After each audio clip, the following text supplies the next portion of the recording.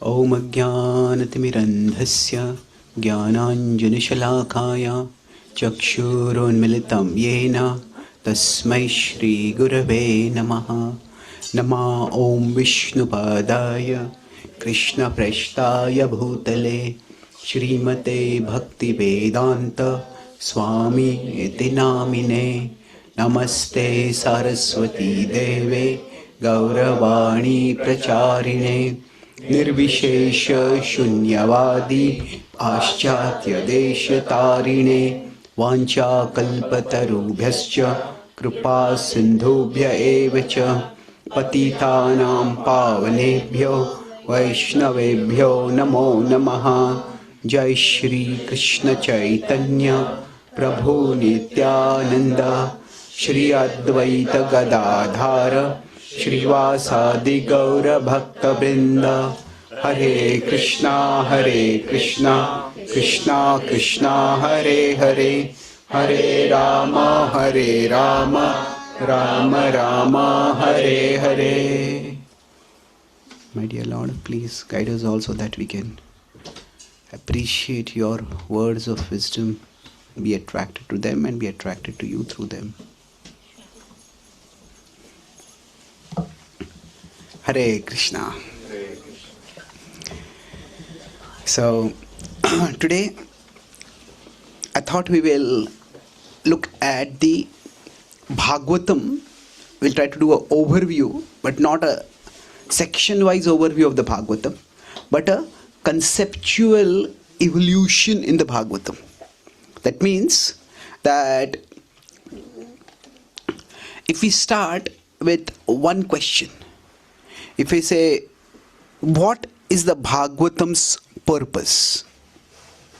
Like any book, if you want to read the book, you want to know, okay, what is this book about? So we could say, what is in that book for me?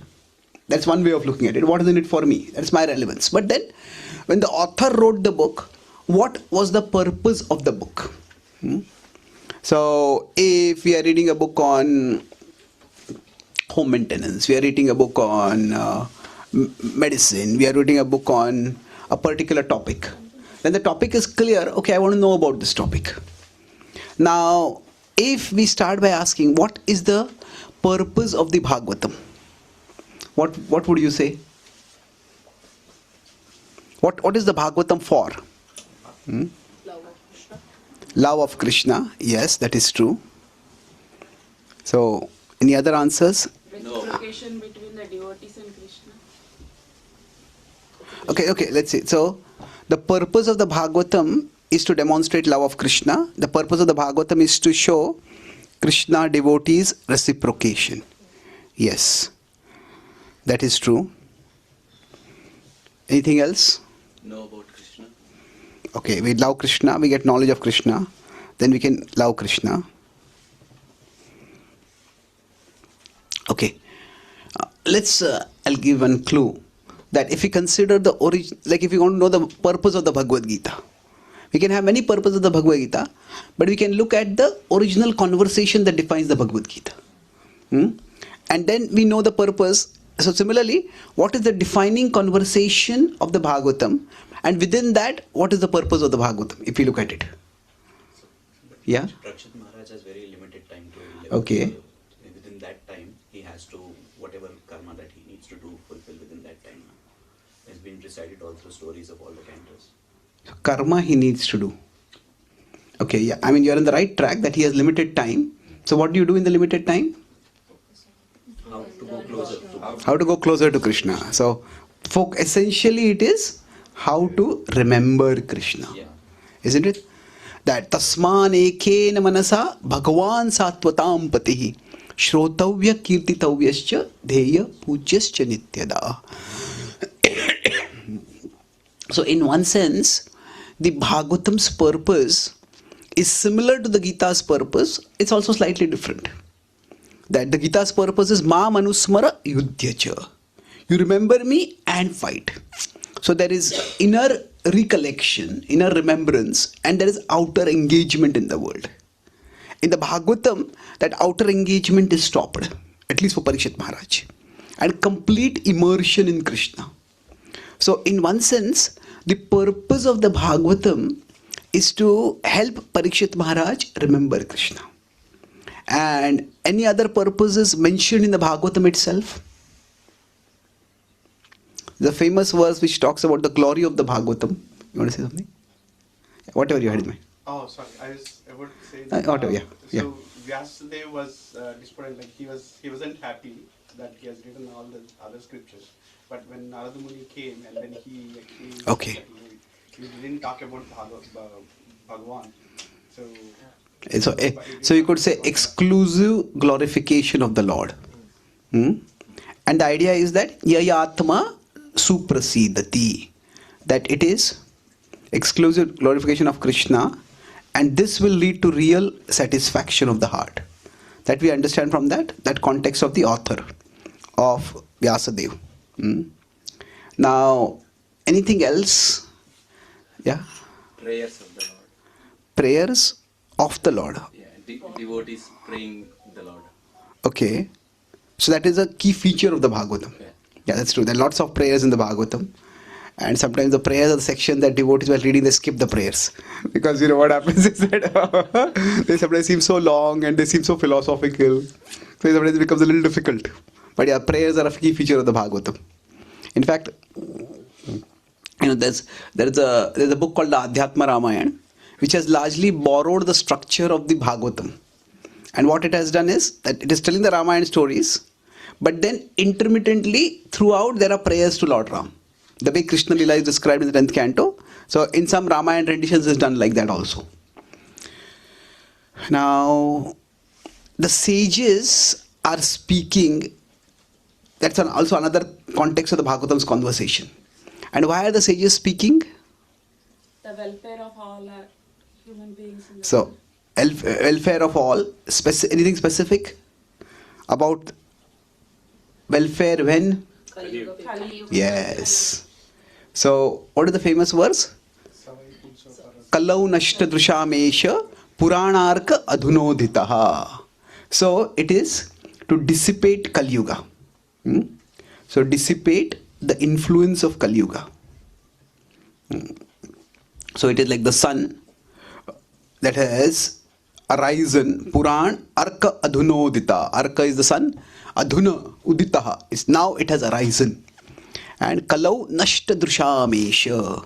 For those whose eyes have been blinded by the darkness of Kali, the Bhagavatam is going to illuminate the path of life for them. So, if we consider from this perspective, let's look at Parikshit Maharaj and Shukdev Goswami. So as I said, what we are trying to do, I'm not going to take specific sections of the Bhagavatam today, but I'm trying to point to the conceptual evolution. What are the concepts in the Bhagavatam and how they are evolving? So now, Parikshit Maharaj becomes ready to hear the Bhagavatam and Shukdev Goswami becomes ready to speak the Bhagavatam. If we see the main conversation of the Bhagavatam, it starts from towards the end of the first chapter, first canto, and actually Shukdev Goswami starts speaking from 2.1.1. Shukdev Goswami appears in the 19th chapter, but he starts speaking in the second canto. The first canto has 19 chapters. And then Parikshit Maharaj, Shukdev Goswami conversation ends in the 12th canto long before the Bhagavatam ends. The last several chapters, they are going on as the conversation between Suta and the sages. So we could say there is this meta conversation.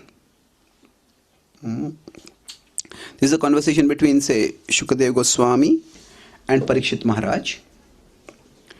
And here is the conversation between Suta Goswami and the sages of Naimisharanya, headed by Shaunak Rishi. So the sages have sat down to find out a way to benefit humanity, especially because of the advent of Kali. Now, how does Parikshit Maharaj become prepared and how does Shukdev Goswami become prepared?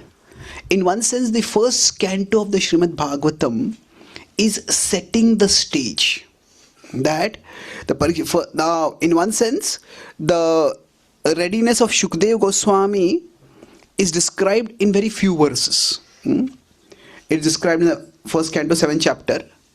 Does anyone know or remember what is the title of the 7th chapter? That is where Krishna Lila actually starts in the Bhagavatam. Yes, the son of Drona punished. That's interesting. In the Sanskrit also, I looked at the Gita Nagari, they have the Sanskrit, it's Dronaputra. So it's interesting that Dronaputra has a name.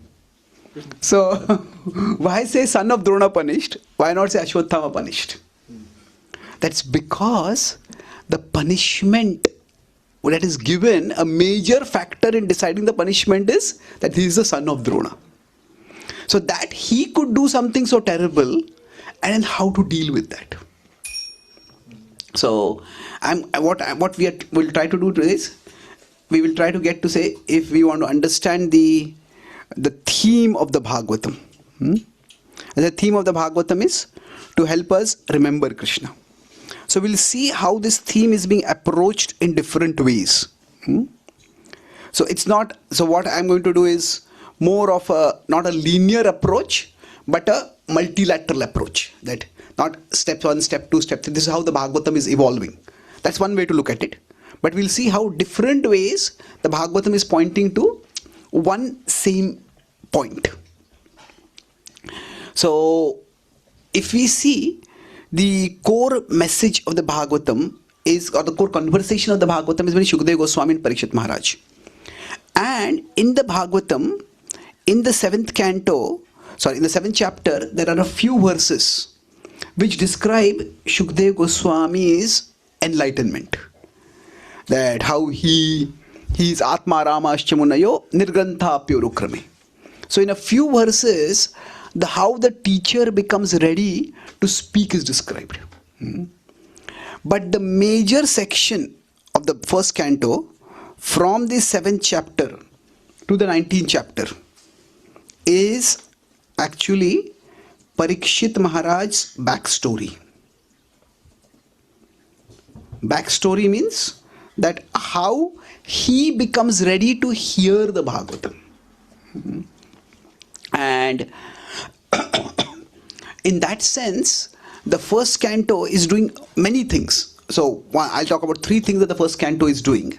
But the first is that it is giving us an introduction to the main characters who are going to have a discussion.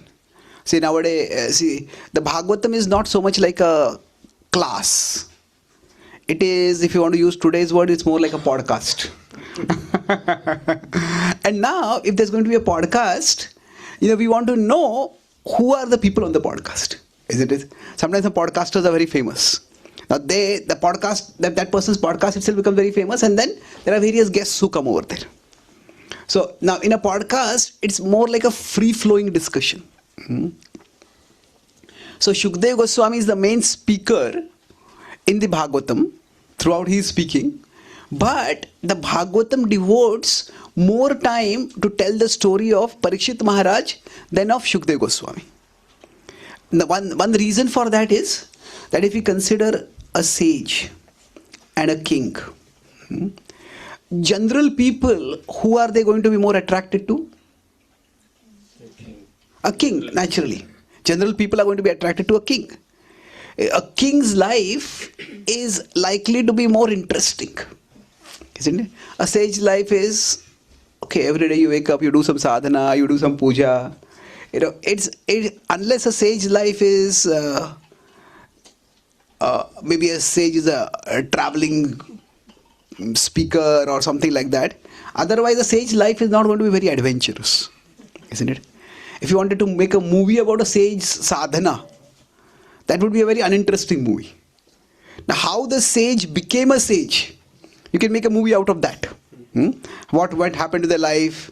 But so the story of Shukadeva Goswami in that sense, for the general people, is not that interesting. So, but the story of a king is much more interesting. Because most people, they want to become materially powerful, materially prosperous.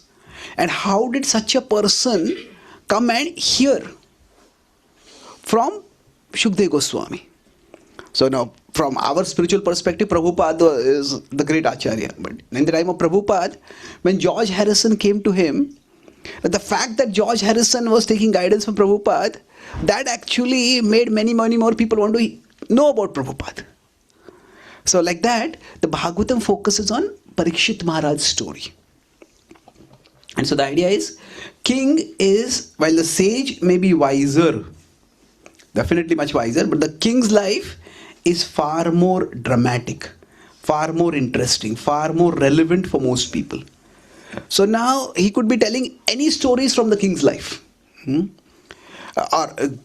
There's so many things could have happened in Parikshit Maharaj's life, but there are certain things which are focused on. And what is the focus?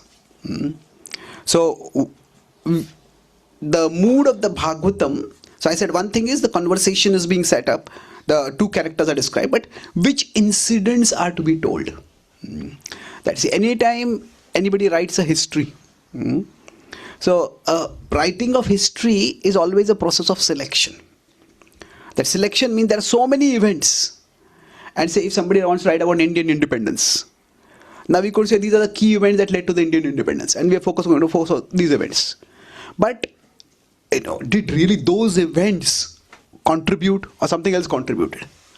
Now in the mainstream Indian history, it is told that Gandhiji played a huge role because of India got independence. Now a lot of historians are doing research and they are saying that especially it was Netaji Subhash Chandra Bose who played a huge role, and that without his efforts, now many times his roles are not emphasized that much. So now it depends. History is always a process of selection, writing history. So when the Bhagavatam is selecting certain incidents, so what are the incidents being selected? So let's look at that. Now if we consider Parikshit, so the son of Drona,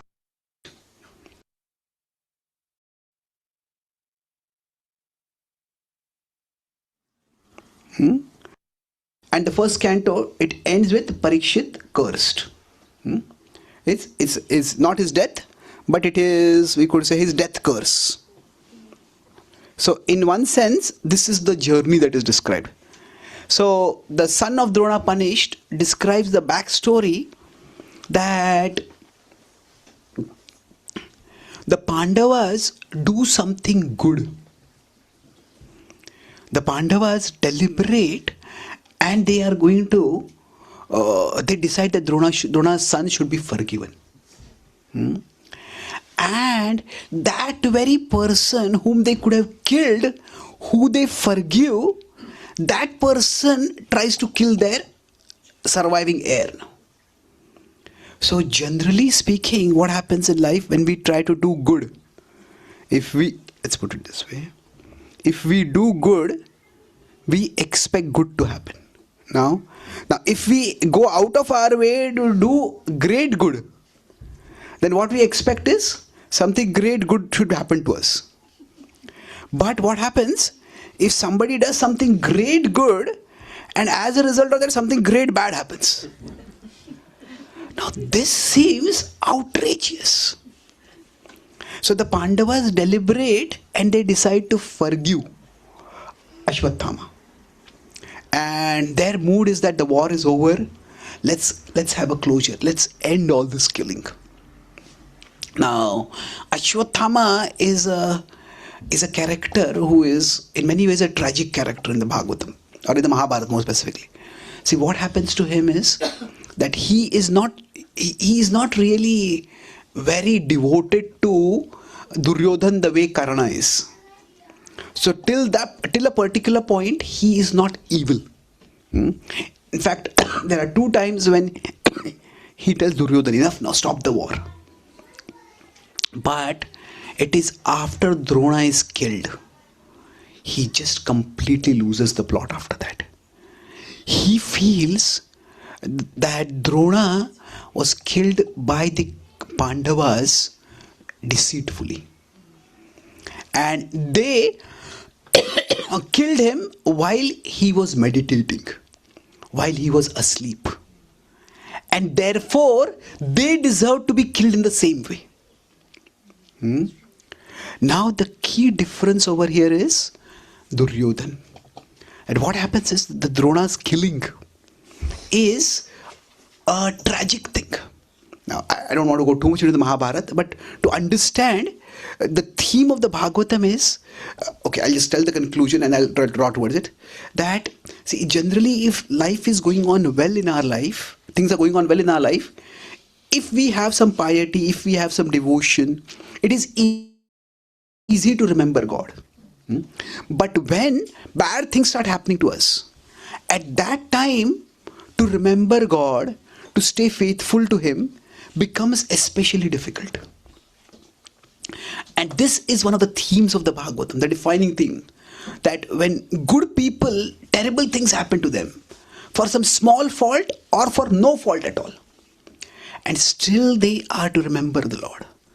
See, when we talk about remembrance, remembrance is when we want to remember Krishna, it's not just a matter of information. That, it's like somebody asks, what is the capital of Somalia? Oh, I had learned it in my childhood. Somebody say, I never heard of Somalia. What is the capital of Somalia? You don't even know. So it's not like the remembrance of Krishna is not an informational remembrance. We hear more stories, we'll be able to remember him. That's true. It's more of a relational remembrance. Not informational, but relational. That we have a relationship with Krishna, and within that relationship we remember Krishna. Now, of course, when there is a relationship, there is information also. Now, if we have a relationship with someone, we care for someone, we know about that person. But the remembrance, this remembrance of Krishna is not like a concept that we memorize some formula, we memorize some statement and we repeat it. It is the remembrance of a person. And remembering a person becomes especially difficult, or remembering at least affectionately becomes difficult, if we feel that that person has treated us badly. Isn't it? If somebody has hurt us, if we had some expectation from someone and that person does the exact opposite of that, then remembering that person becomes very difficult. So at that time we may want, I want to forget this person. Sometimes there is that, there are movie songs which say that my memory has become my enemy now. Because I want to forget this person, but the memory of this person is coming again and again and again. So when we feel that something bad has happened to us, and we understand Krishna is the supreme controller, and still something bad has happened to us, at that time, to be favorably disposed towards Krishna, bhajatam priti purvakam, that becomes very difficult. So how to remember Krishna amid adversity? That is the theme of the Bhagavatam, broadly speaking. So it is a resource for remembering Krishna, but one of the biggest obstacles to remembering Krishna is not just that we don't know about Krishna, but it is that we have negative emotions towards Krishna. Not that we feel that Krishna, why has this suffering come in my life? Why is Krishna making this happen or letting this happen or whatever? Why is this happening?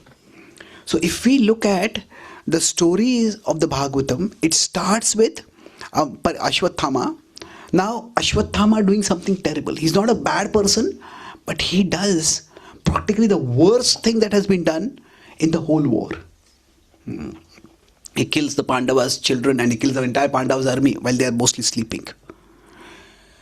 So why does he do this? As I said, he thinks that they are terrible people. They started it, I'll get back at them. I'll get back at them in a worse way. But the difference is that it's like a cycle.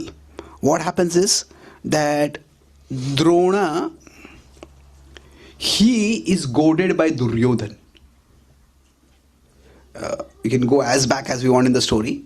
But after the Bhishma falls, everybody expects that now Karna has come on the battlefield and Duryodhan will make Karna the commander.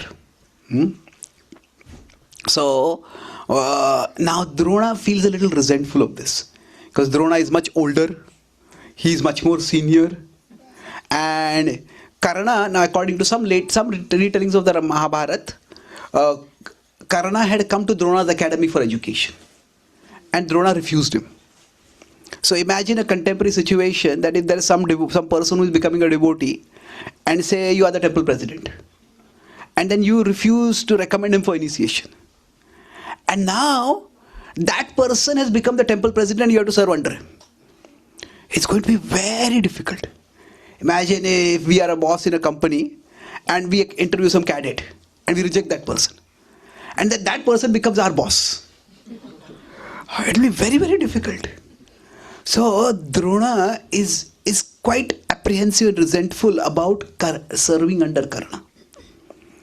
So now Duryodhan goes to Karna, but Karna is also aware of the dynamics. He says that Drona is our senior, and more importantly, most of the warriors who are fighting for you are students of Drona. So they will not be comfortable if they see that you have slighted their teacher by making somebody else the commander. So make him the commander. Now when Duryodhan approaches Drona and offers him the commandership, Drona is surprised and pleased. He says, I want to give you some benediction. And he says, the benediction I want is that you catch Yudhishthira alive, arrest him, and bring him alive to me. Now Drona is surprised and pleased, he said. And Yudhishthira is such a Ajat Shatru that even you don't want him killed. He said, the last 10 days of the war have made me realize that Pandavas are undefeatable. That if I have Yudhishthira killed, Bhima and Arjuna will go mad and they will destroy my entire army. My plan is, if you arrest Yudhishthira and bring him alive before me, I will challenge him to another gambling match. And I'll send him to the forest for another 13-14 years. So Drona says he'll never learn. But then Drona promises that I will arrest Yudhishthira. But he says, Arjuna is my student. I have taught him everything. But he is younger than me and he has through tapasya gained more divyastras than what I have. So if he comes in the way, I will not be able to stop him. I will not be able to arrest Yudhishthira. So you get him out of the way. So he does that. And he tries, Susharma is a king of the Samspatakas who diverts Arjuna. And the 11th, 12th day, both days, Drona comes very close to arresting Yudhishthira. But Arjuna comes in the nick of time and saves him. Drona feels humiliated. 13th day, they form the Chakravyuh. Their purpose is to arrest Yudhishthira. And then Abhimanyu gets in. And the fact that Abhimanyu defeats everybody in the Kaurava army, that is also humiliating for Drona. And then Drona has to come up with the idea of having 6 warriors attack him simultaneously. So this is where Drona starts going on the dark side. The dark side means he starts under the influence of Duryodhan, goaded by Duryodhan. Duryodhan repeats, whenever any setback happens, Duryodhan says, oh Acharya, you are not fighting wholeheartedly. If you have residual affection to the Pandavas because of which you are not fighting, then please step aside. Let Karna be the commander. And Karna will gain victory for me. Now this is humiliating and infuriating for Drona. Now on the 13th day, Abhimanyu is killed, but at the 14th day, Arjuna kills Jayadratha. And that is the most humiliating for Drona. Because he has arranged the entire army to protect Jayadratha. And still Jayadratha is killed. And now Duryodhan becomes extremely angry. And finally all this gets to Drona. And on the 15th day, Drona, in his fury, starts using celestial weapons against ordinary soldiers. Like now there are two wars going on across the world. The wars themselves are terrible and everybody is being affected, especially with the fuel prices and everything. But at least to some extent, nobody has used nuclear weapons till now. Russia has not used, Israel has not used, Iran doesn't have till now. If they have, they might have used. But the point is, even India, Pakistan, there was a war, but nobody used nuclear weapons. So at least that level of sanity is there. And especially if one side is not having nuclear weapons, the other side suddenly uses nuclear weapons. If some head of state started using nuclear weapons, it's quite likely that other countries will say that somehow or other you have to kill this head of state. No, whatever way you can assassinate him, assassinate him. So Drona starts using celestial weapons against ordinary soldiers. Even the sages come in the sky and tell him, Drona, stop. But he's so agitated, he continues. And that's when Krishna with Yudhishthir and Arjuna comes up with the plan, we have to get Drona to lower his weapons. Now Arjuna's plan is that as soon as Drona lowers his weapons on hearing that Ashwatthama is killed, that we will have him arrested. Because Drona is his guru, he doesn't want to kill his guru. And he said, we'll have him arrested and keep him in house arrest till the war is over. But when eventually Drona lowers his weapon, at that time the warrior closest to him is Drishtadyumna. And Drishtadyumna is totally frustrated. Drishtadyumna was born to kill Drona. And he has not even once come anywhere close to killing Drona. So it's like if somebody is born with a particular purpose or a particular mission, that mission can actually become a burden. This is what you are meant to do. And he's frustrated, and that very day, his father had been killed by Drona. So right in front of Drishtadyumna's eyes, Drona had killed Drupada. So Drishtadyumna was frustrated, and when he saw Drona lowering his weapons and sitting down in meditation, he charged forward with a sword. Okay. This is voice activated, huh? Okay, let me turn this on. So anyway, so every warriors from both sides try to stop him. Arjuna says, Drishtadyumna, stop. From the Kaurava side, they say, stop. But Drishtadyumna is so maddened. He just charges forward and he lops off the head of Drona. Now, Duryodhan, after that, at that time Ashwatthama has been wounded, so he's not visible in the war field. He has gone for some treatment. That's why when the Pandavas say that Ashwatthama is dead, Yudhishthira says, Drona also says that Ashwatthama is not here in the war field. So when Ashwatthama returns, the Kauravas are fleeing because their commander has been killed. They don't know what to do. So at that time, Duryodhan tells one essential lie. That is, the Pandavas conspired they lied to your father, they made him senseless, and then they brutally killed him. So that they lied is true. That he became inactive, that is true. But did they plan to kill him that way? That was an individual action. So see, the most dangerous lies are the lies that start with truth and end with truth. And in between there is some falsehood. So that Drona is killed is true, that the Pandavas lied is true. So now because of this, so Ashwatthama has this double guilt, or double strong emotion. He had a strong rivalry with Arjuna, but he saw that Arjuna was better archer than him, and Arjuna also was truly devoted to his guru. So for a son to feel that my father cares for somebody else more than me, that is a bad feeling, not a very pleasant feeling. But he felt that actually Arjuna also cared for Drona more than what I could care for him. And he couldn't believe that Arjuna would have been a part of a conspiracy to kill Drona like this. Now if he had done only one thing, he had just gone to the Pandavas and asked them once, how could you have done this to your own guru? But he did not do that. He did not do that, and unfortunately everything that happened afterwards, Karna was killed when he was not on the chariot. Duryodhan was killed by hitting him below the belt, below the waist. So everything reinforced Ashwatthama's conception that the Pandavas have become evil. And therefore he felt this dynasty itself is a kalank to the world. This dynasty has become evil, and therefore this dynasty has to be destroyed. So in his own perverse way, there was a reasoning for what he was doing. Now the Pandavas, they had not wanted to kill Drona. They didn't even want the war for that matter. But the war had happened.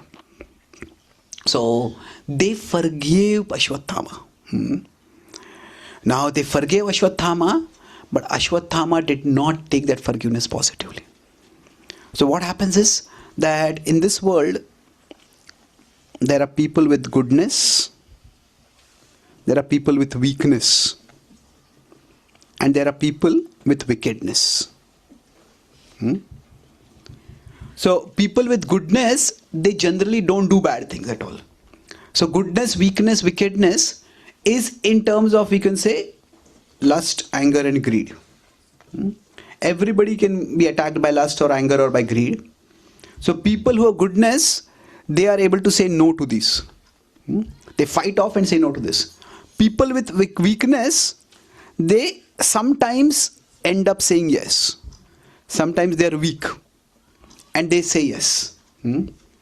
But people with wickedness, they don't just say yes, they say, I will fight for you. So they don't fight against lust, they fight for lust. They don't fight against anger, they fight for anger. So generally speaking, forgiveness is good for people who are good or who are weak. For such people, forgiveness helps them reform. Yeah, sometimes you did something bad, but for people who are wicked, now forgiveness only makes them worse. Because they don't think lust, anger, greed is wrong at all. They think, this is what gives me power. This is what enables me to enjoy. This is what is the sign of my success. So for such people, you forgive them for doing bad, they will only do more. So now the Pandavas have not really understood the reasoning of Ashwatthama. So the Pandavas deliberate what to do with Ashwatthama, and that's described in this 1.7 chapter. But there's no description of they letting Ashwatthama speak. Like, what is your thinking? How could you do something like this? So Ashwatthama is forgiven, but he tries to get back. And he tries to kill Parikshit when he is still in the womb. Now, we know abortion nowadays is very widespread. But in those times, it was something which was practically never done. Even Kamsa, he did not try to kill Devaki's children when they were in the womb. Now, I started to discuss the reason for that. But Ashwatthama trying to do Bhrunu Hatya, trying to kill Parikshit while he is still in the womb, that just shows how much on the dark side he has gone. That he has gone to that extent. But he has gone because he thinks the Pandavas have gone dark. The Pandavas have become evil. So, unka namo nishan mita dena chahiye. That is his logic. So now, that King Parikshit, his birth is marked with such drama and trauma. And at the time of his birth, Krishna intervenes and saves him in a miraculous way. According to the Acharya's commentary, actually the Brahmashira of Ashwatthama had killed Parikshit, but the Lord revived him. So, the gloriousness of Parikshit Maharaj is described that the Lord protected him right in the womb itself. So, he is such a special person that the Lord intervened and protected him. Now, it's interesting if you look at his life story, that Parikshit Maharaj's birth, there is an attack by a Brahmana. And his death is also an attack by a Brahmana. It is, here it's a missile that comes, and here it's a verbal missile, you can say. It's a curse that comes. So now, in many ways, the Bhagavatam often doesn't always depict the Brahmanas in always the best light. The Brahmanas, we have Shukracharya going against Lord Vishnu, against Vaman Dev. There are many places where Brahmanas do less than complimentary things. So, the idea is that the Bhagavatam teaches although the Brahmanas are considered very respected, the Bhagavatam teaches that no human being is incorruptible. That Maya is so powerful that everyone can get corrupted. And so now the first thing is, he is such a glorious person that the Lord protects, that Krishna protects him here. That is the start of his story. And then after that, we have many other things happening. So right now we are in the 15th chapter. So Parikshit Maharaj doesn't seem to be so present over here. We have Parikshit Maharaj's birth. At that time, the astrologers read the horoscope and say such a glorious person is going to be. And all that is there. So now, how is the backstory for Parikshit Maharaj continuing when the Dhritarashtra's retirement is described, Pandava's retirement is described now, Krishna's departure is described. So the point is, all these are hugely traumatic events. They are hugely consequential events. And all this is, so there are these great personalities. Sometimes, if there's a very great person and then that person departs, then you have to step into their shoes. It's not easy to step into their shoes. So the Pandavas are exalted people. And then after that, Parikshit has to step into their shoes. So what a great legacy he had. What a great responsibility he had. And in many ways, the Pandavas' departure also happens quite abruptly. See, normally nowadays in our movement we have succession planning. That we have a first generation, we have Prabhupada disciples who are gurus, who are GBC. But now they are getting in their sunset years. So now how can the next generation leaders be prepared? So there is some systematic planning and training happening so that transition will happen.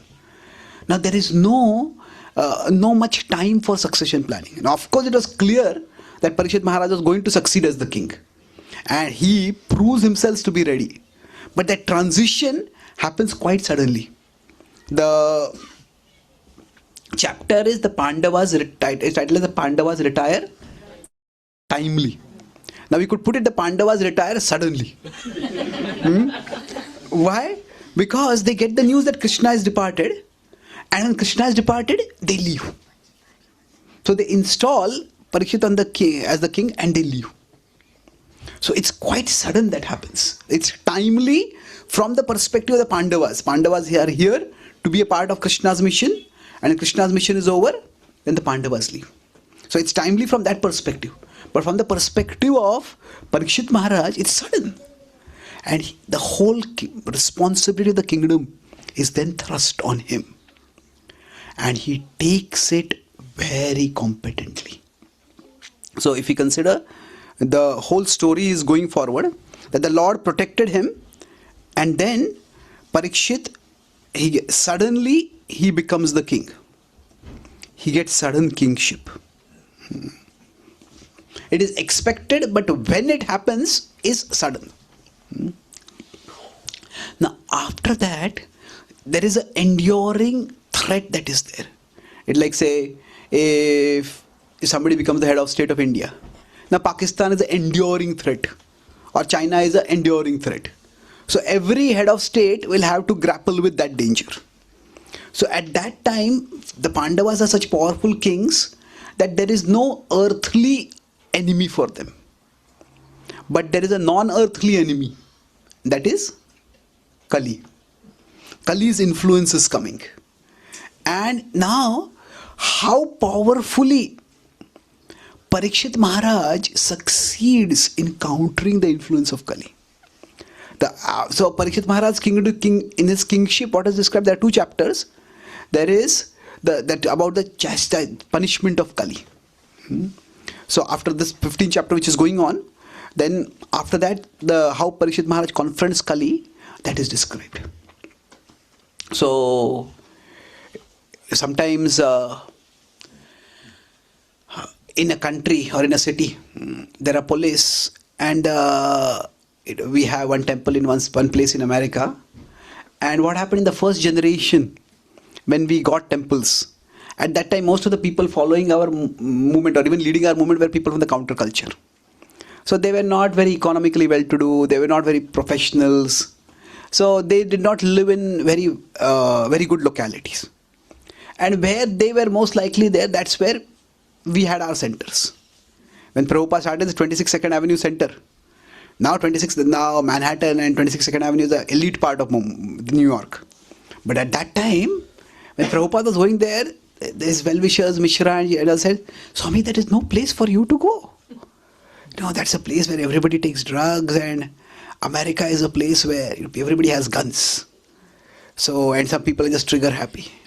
Sometimes I go, I do a little cycling as an exercise. So I had a bag in which I had kept my crutches. So I was going in Texas, and one person, hey, have you got guns in that bag? So I saw he was laughing. I said, I got 2 guns, 2 crutches.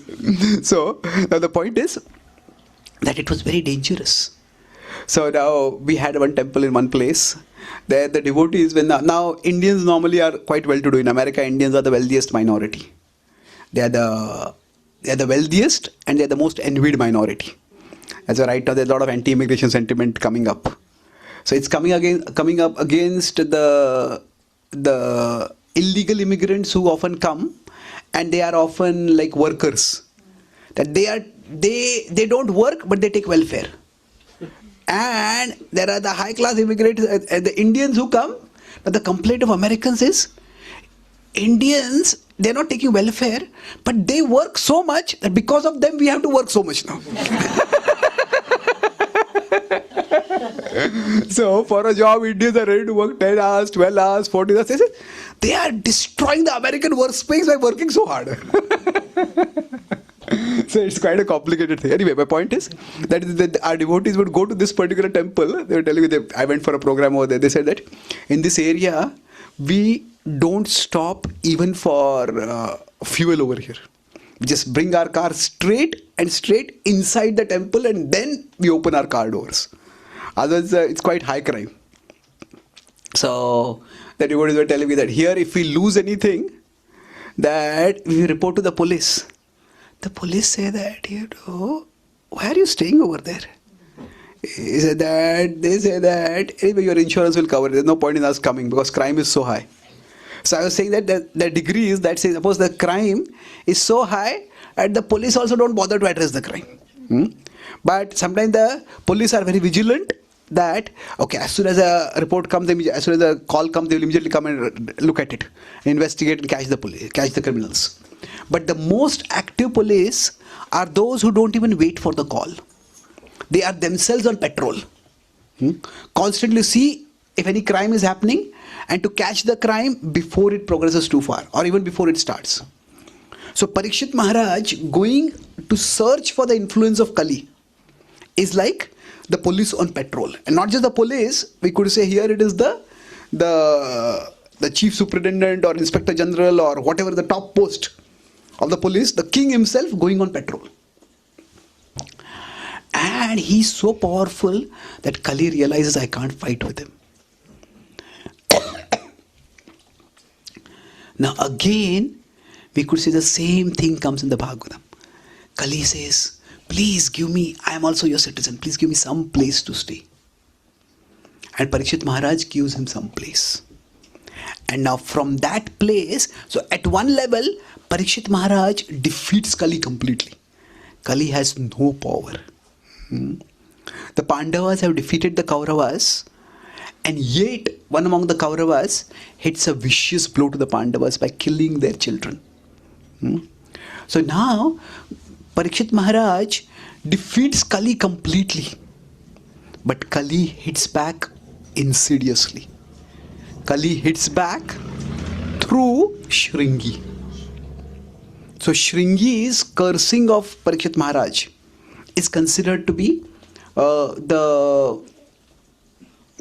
now we say Ashwatthama was a Brahmana, but he was actually living like a Kshatriya because Drona was also more or less living like a Kshatriya. He was fighting a war. He was a Brahmana always.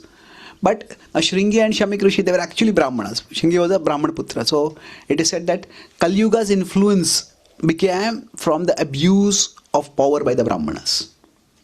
So when Shringi curses Parikshit, what happens at that time? Now he's cursed to die in 7 days. And where is the Lord? Why is the Lord not coming to protect? See, the Lord protected him in his womb. So the Lord wanted him for some purpose. Like if somebody has survived great danger, then one thing that happens is if somebody comes very close to death and survives death, then often they think of what really matters in life. I think maybe I was saved for some purpose. And then they may decide, okay, this is what I want to do. Generally, a close encounter with death makes people more serious about life, serious about doing something meaningful. If devotees will become more serious about a Krishna consciousness. Of course, some people go the opposite direction. Some people, more thoughtful people, when they face death, then they start thinking what really matters. And thoughtless people, if they face death, they just start enjoying as if nothing matters. And, it's the complete Yanisha Sarvabhutanam. That, as in Kolkata, I saw one ad. It said, enjoy before you become a dirty old man. Now, the idea is that you are going to go old. See, the material spiritual vision is youth is temporary. Therefore, don't waste it in enjoying. Focus on spirituality. The materialistic vision is youth is temporary. Enjoy before you can't enjoy anymore. Isn't it? So now, Parikshit Maharaj, he is a wise person. So now for him, that encounter with death when it happens, he is going to focus on what matters.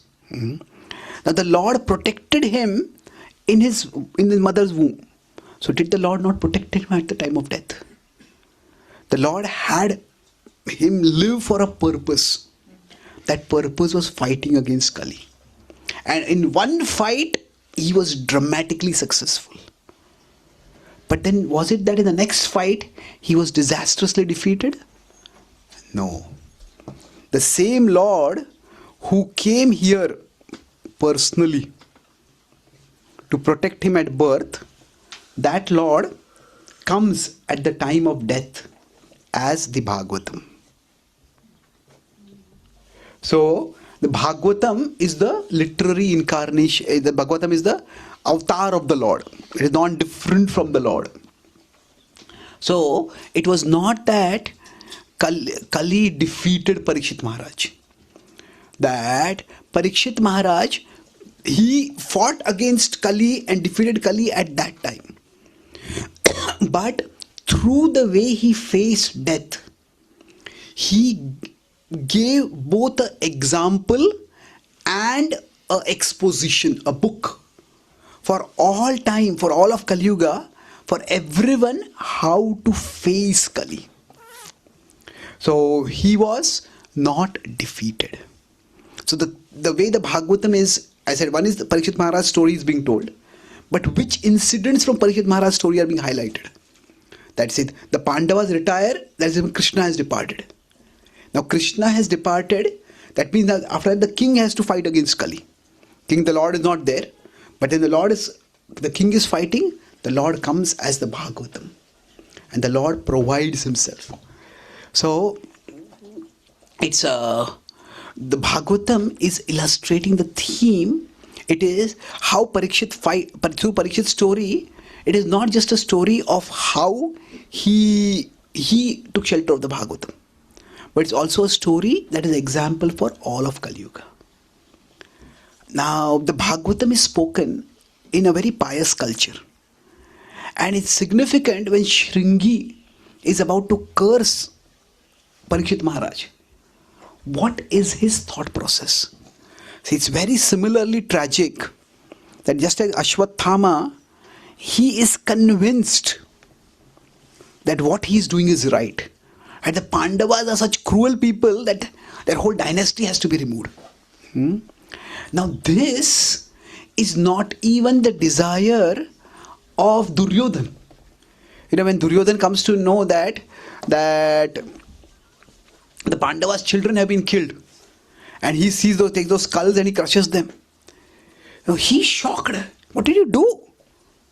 He dies. Although he has his enmity with the Pandavas, but still that consciousness that they are our dynasty. Now, none of my children are surviving, so at least our dynasty has to survive. What did you do? So now Ashwathama is completely convinced that this whole dynasty itself is a terrible dynasty. It has to be destroyed. Similarly, Shringi is also convinced. If you see what Shringi says when he's cursing, he says that because Krishna has departed from the world, Therefore, this audacious king thinks that the Brahmanas have no protectors. That's why there is no curb on his power. That's why he can do whatever he wants. But he doesn't know that even if Krishna is not there to protect Dharma, I am there. And I will protect Dharma. So see, good people will do good things, bad people will do bad things. But the most dangerous people in the world are when people are doing bad things and they think they are doing good things.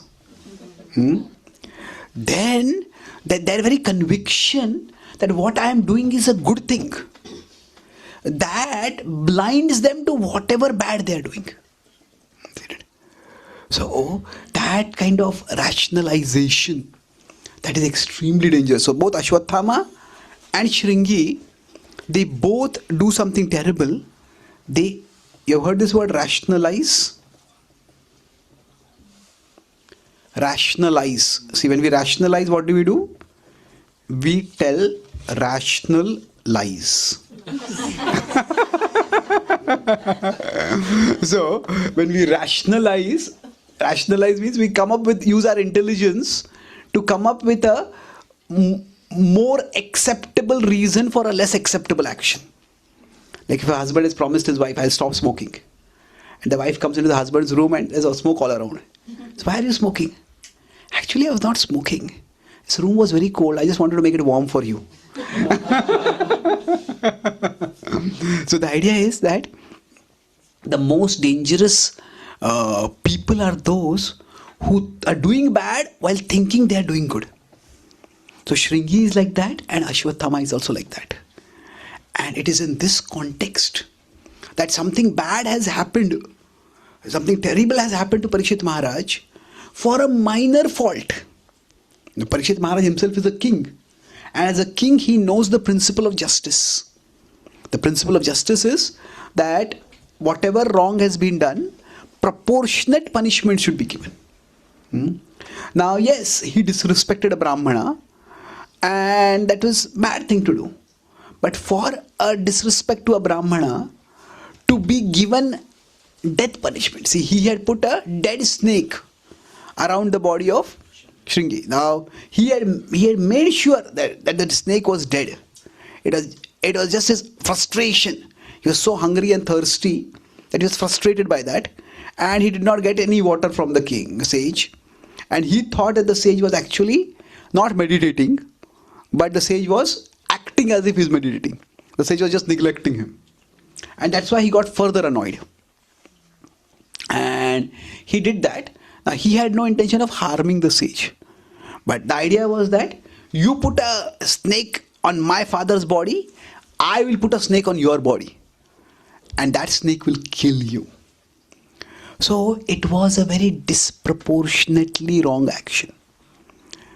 Now Parikshit Maharaj could have said that, why did this happen to me? Now I'm a good person, not just a good person, I'm a godly person.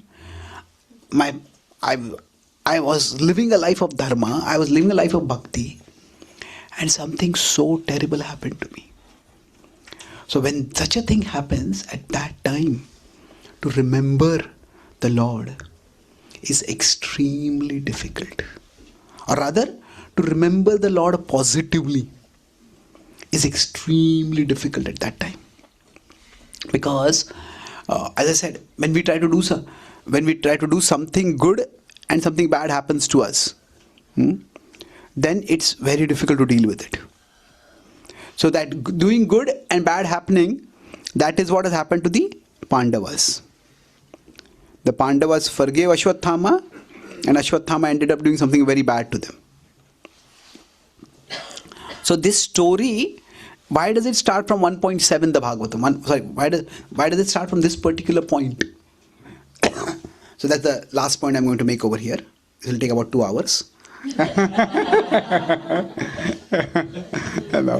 Now, this last point is that the first canto, in many ways, is like the trailer for the Bhagavatam.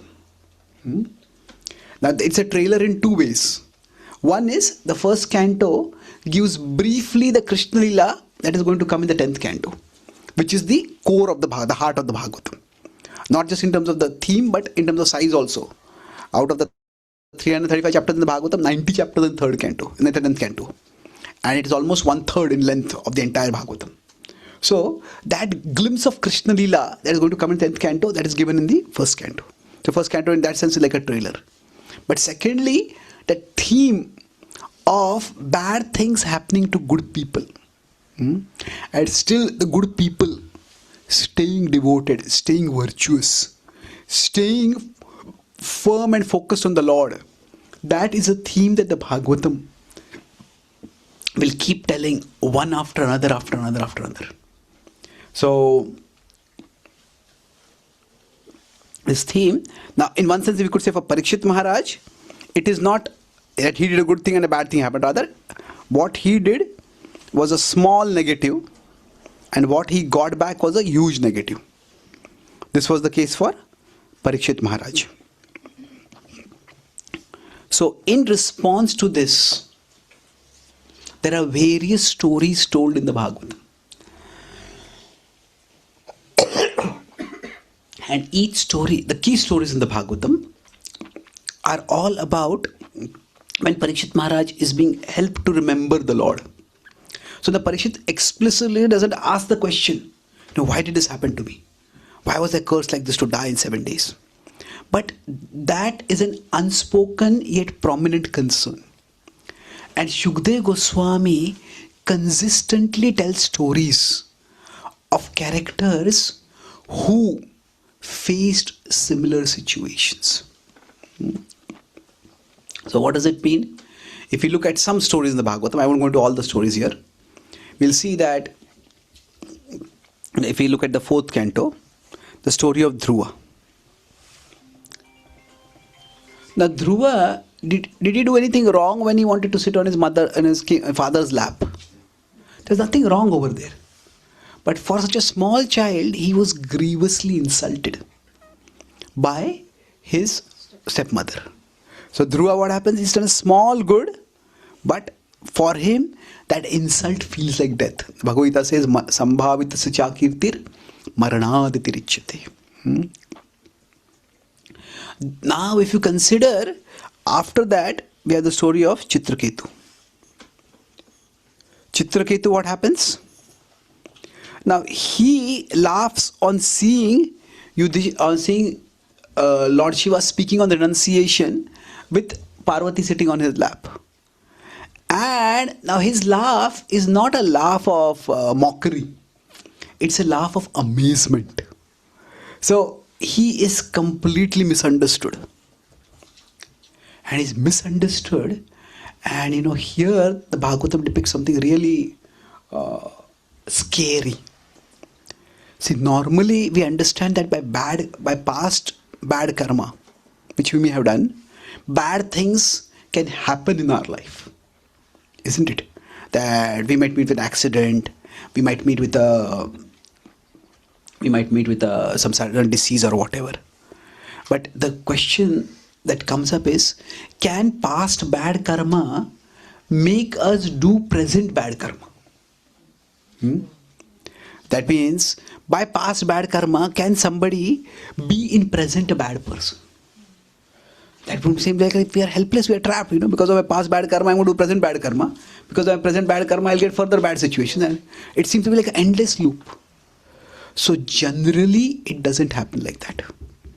But in rare cases, it is possible.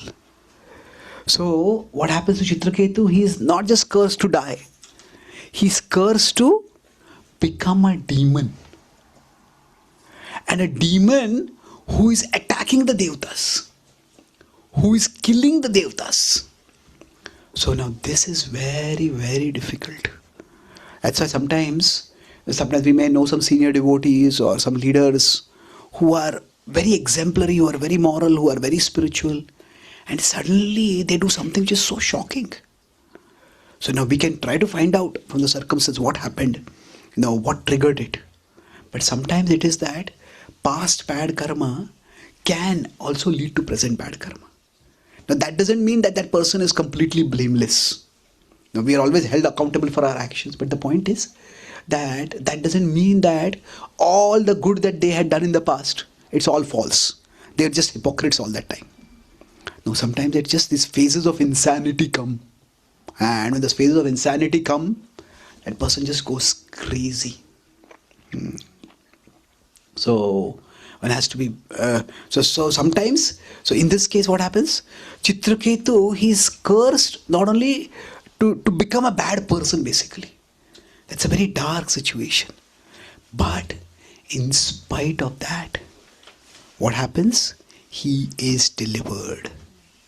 That when his final battle is there, death is there, suddenly Jatiswara, his remembrance comes back.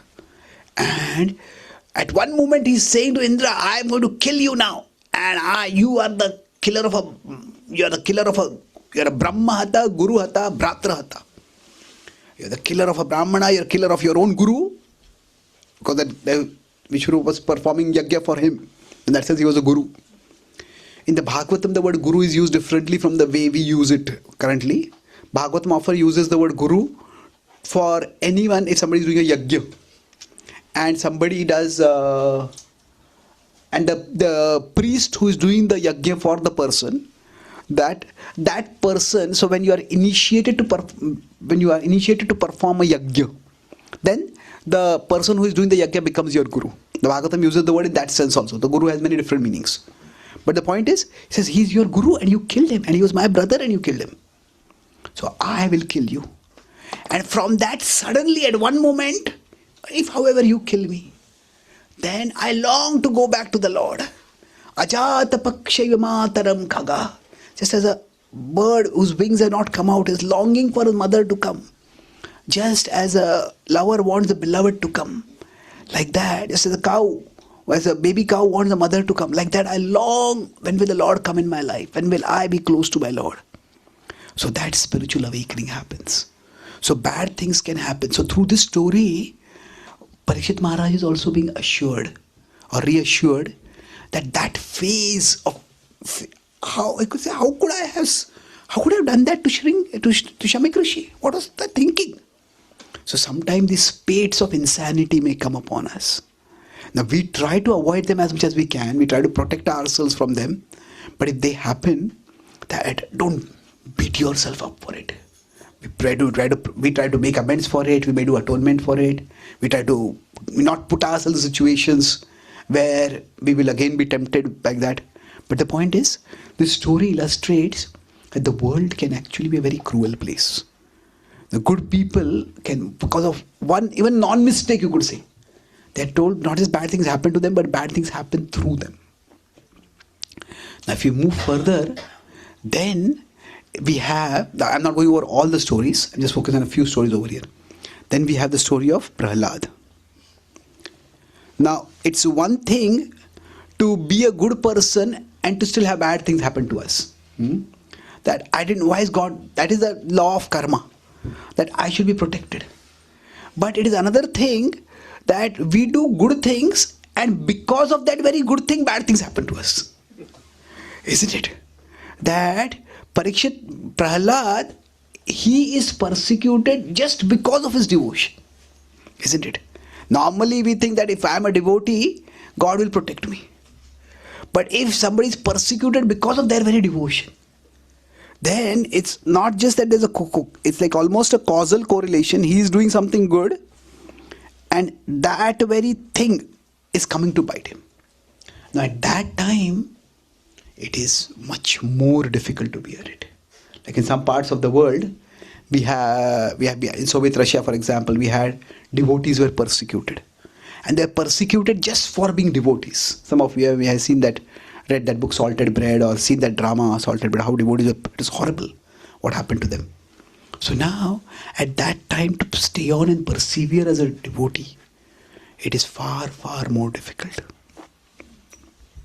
Now, at least we can say there, actually that is not being done, that is being done by demons. And there are demons in the world. They are against us. They are against those who are devotees and they will trouble. So we can say, where is the Lord? Why is the Lord not protecting? And the Lord came and protected eventually. But for some time, there's a dark phase. But at least demons do some such things. But the next is, so if we move forward to the, if we move onwards, so the 6th canto, 7th canto, if we move forward to the 8th canto, we have the story of Bali Maharaj. And here, Bali Maharaj does a good thing, and not only a bad thing happens to him, it is the Lord himself who does the bad thing.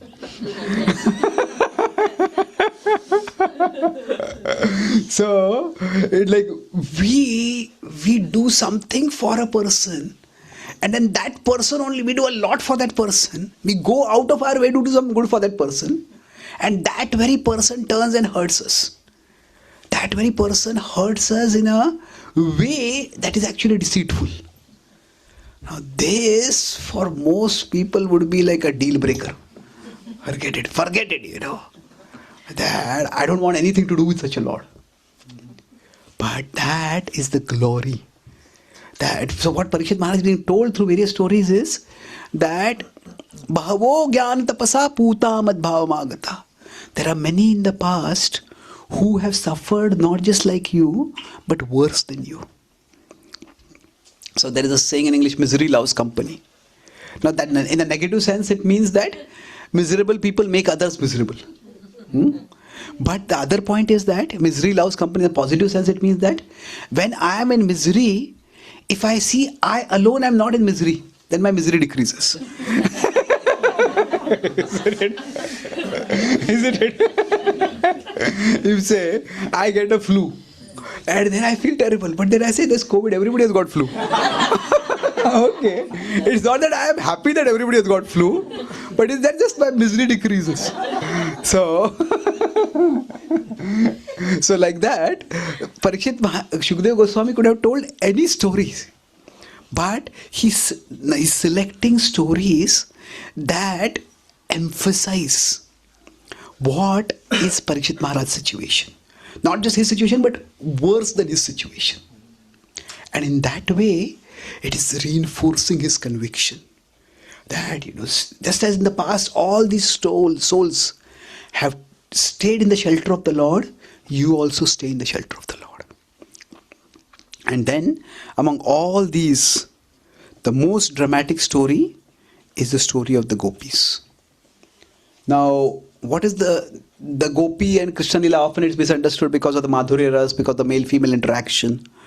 But the point over there is that the gopis, they give up everything for Krishna.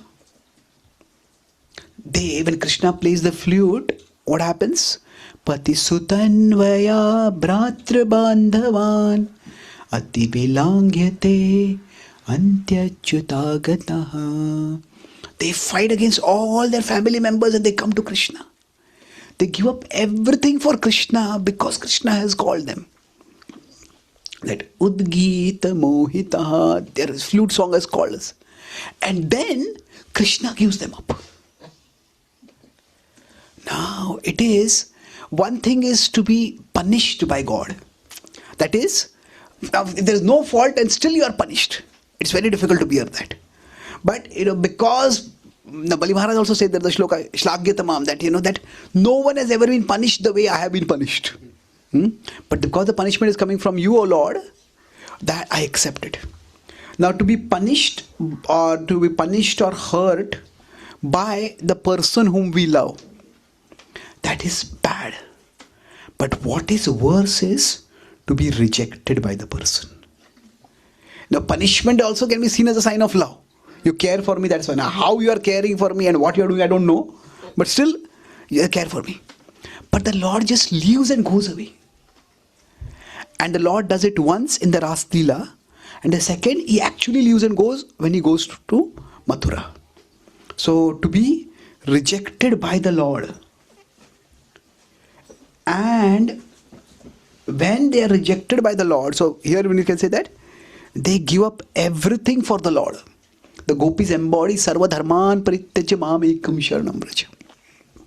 So the idea is, many times people ask that, why couldn't Krishna have just married the gopis? Why have this whole thing of the Parakiya Bhav? See, the point is, the Parakiya Rasa is to demonstrate the degree of the sacrifice of the gopis. That, see, normally for the sake of bhakti, for the sake of Bhagavan, we give up good things. Sorry, we give up bad things. So we give up sinful activities, we give up all the wrong things that we do. Now that is some level of sacrifice. Now to give up good things is even a greater level of sacrifice. For example, if we have wealth and we give the wealth to Krishna, we give good things. But even when we give up good things, we may give up gross good things and we expect subtle good things. What is subtle good thing? I gave so much donation. So, oh, you are such a charitable person. People expect that, respect that reputation. Now imagine that somebody gives a huge donation and they give the donation anonymously. They give the donation to the point where they practically have very little to survive by. But they give it anonymously, and then what happens? Everybody else in the community says, you have given nothing. And they criticize them for that person. And they say, actually, I have given more than all of you combined together. But, so that person has given such a great donation, but that person is being criticized for being miserly. Now that would be unbearable, isn't it? So the gopis, when they, in the Parakiya Bhav, they surrender to Krishna, the gopis are actually giving up their reputation for Krishna's sake. And in a conservative society, even in modern society also, but at least in a more conservative society, for a woman, her reputation is the most important thing. And when the gopis leave Krishna, leave their homes to go to Krishna, they are, in one sense, accepting social death. They don't even know whether they will be accepted. It's very unlikely they will be accepted back by their family again. But the gopis do this for Krishna's sake. And so those who are in the Swakiya Bhav, they at least get the honor of being Krishna's wives. They have the honor of having the name of Krishna. But here the gopis get nothing. And the gopis are ready to risk everything for Krishna's sake, and Krishna gives them up. So when they are rejected like that, at that time, it is natural that the gopis will give up Krishna. It's almost natural. Suppose there's a romance movie plot is there, a boy and a girl are in love, and the boy says, come over here, we'll run away from our home. And the girl with great difficulty comes over there, the boy doesn't turn up only over there. I'll never trust you again. And it's completely understandable reaction. But what happens? In spite of that, the gopis don't give up Krishna. And that's why when Krishna reappears after disappearing in the Ras Leela, he says, Naparayeham. The devotion you have shown, the service you have done, the faith that you have maintained, it is such that it is beyond my power to reward. And I have nothing to offer to you in return. And that is how the Lord shows how much He appreciates. So for a devotee, what the Bhagavatam is showing is, yes, there is the law of karma in the world and all that is true. And we consider that. And we try to do good things and we try to avoid bad things. But for a devotee, ultimately, every adversity is a test of Krishna. And it's a test of our faith. So Parikshit Maharaj, he has not done anything wrong, still he is cursed. Or he has done something very small wrong and he is cursed in a huge way. But how does he go beyond that? He's told the stories. So now the last part of the last point.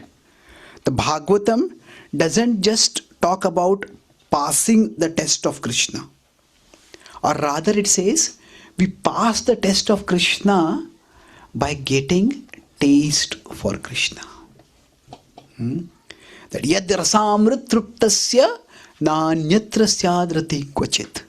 That if we get taste for remembering Krishna, then no other taste will attract us, no other taste will agitate us, no other taste will distract us. So the point is, at a material level, there may be different tests that may come, and some may be far more severe than others. But if we have taste for Krishna, if we have absorption in remembering Krishna, then that is the safest and the strongest and even the sweetest way to pass even the toughest of tests that come in life. So Parikshit Maharaj, what happens to him by the end? Shringi's curse does come true. So his body gets burnt. And this time Krishna does not miraculously revive his body. But even before that curse comes, the Takshaka comes, even before that, Parikshit Maharaj's heart and soul are completely absorbed in Krishna. And he is already departed to be with Krishna. So he is protected at the spiritual level. And through that protection at the spiritual level, a similar legacy of protection at the spiritual level is created for every single character, for every single one of us in the Bhagavatam, in Kali Yuga. So in that way, the Bhagavatam's theme is not just to remember Krishna and to have many stories by which to remember Krishna, but to remember through the stories that even in the face of unfairness in the world, that Krishna is still the supreme reality. The world can hurt us in many ways. And sometimes it may appear that even Krishna is hurting us through the world. But the point is, always the world's capacity to hurt may be huge, but greater always than the world's capacity to hurt is Krishna's capacity to heal. Krishna's capacity, bhava ushadat shrotra manobhiramat.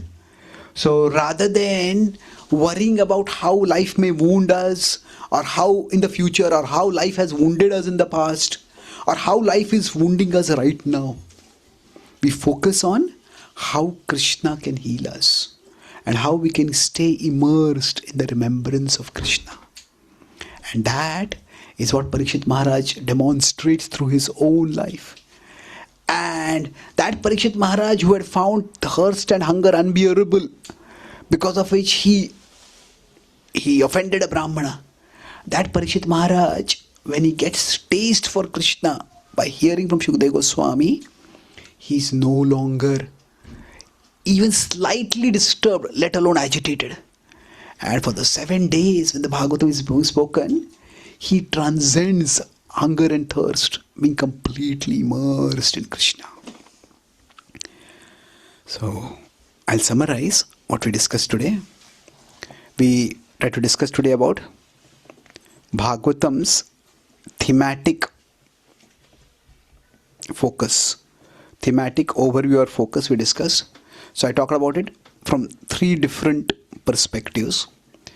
We started by talking about how the Bhagavatam's theme is to remember Krishna. And the purpose of the Bhagavatam is that it is for Parikshit Maharaj to help him to remember Krishna in the face of when death is coming. So the idea is that remembrance of Krishna can counter it's the Kali Yuga Pavan, Kali Bhayanashana, as he said, Chaitanya Mahaprabhu, like that. It can counter the influence of Kali Yuga. And the first canto of the Bhagavatam is like a trailer where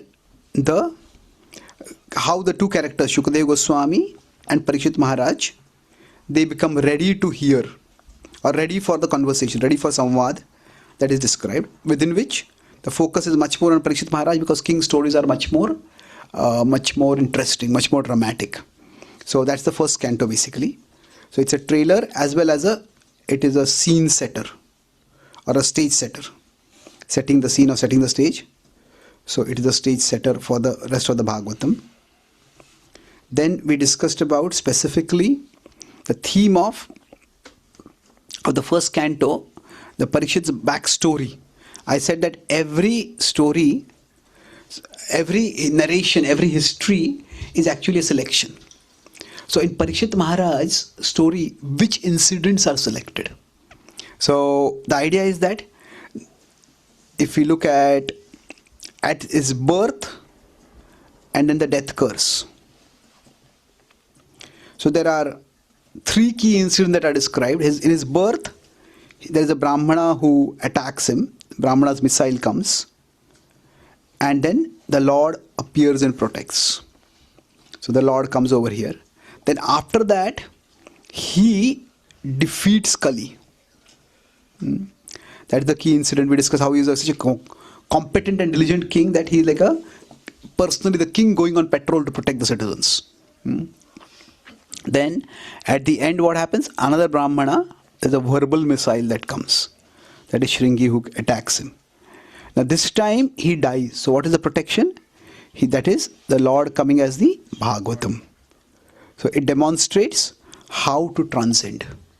So now it is not only that he is protected, but through the Bhagavatam there is Kali Yuga protection is demonstrated.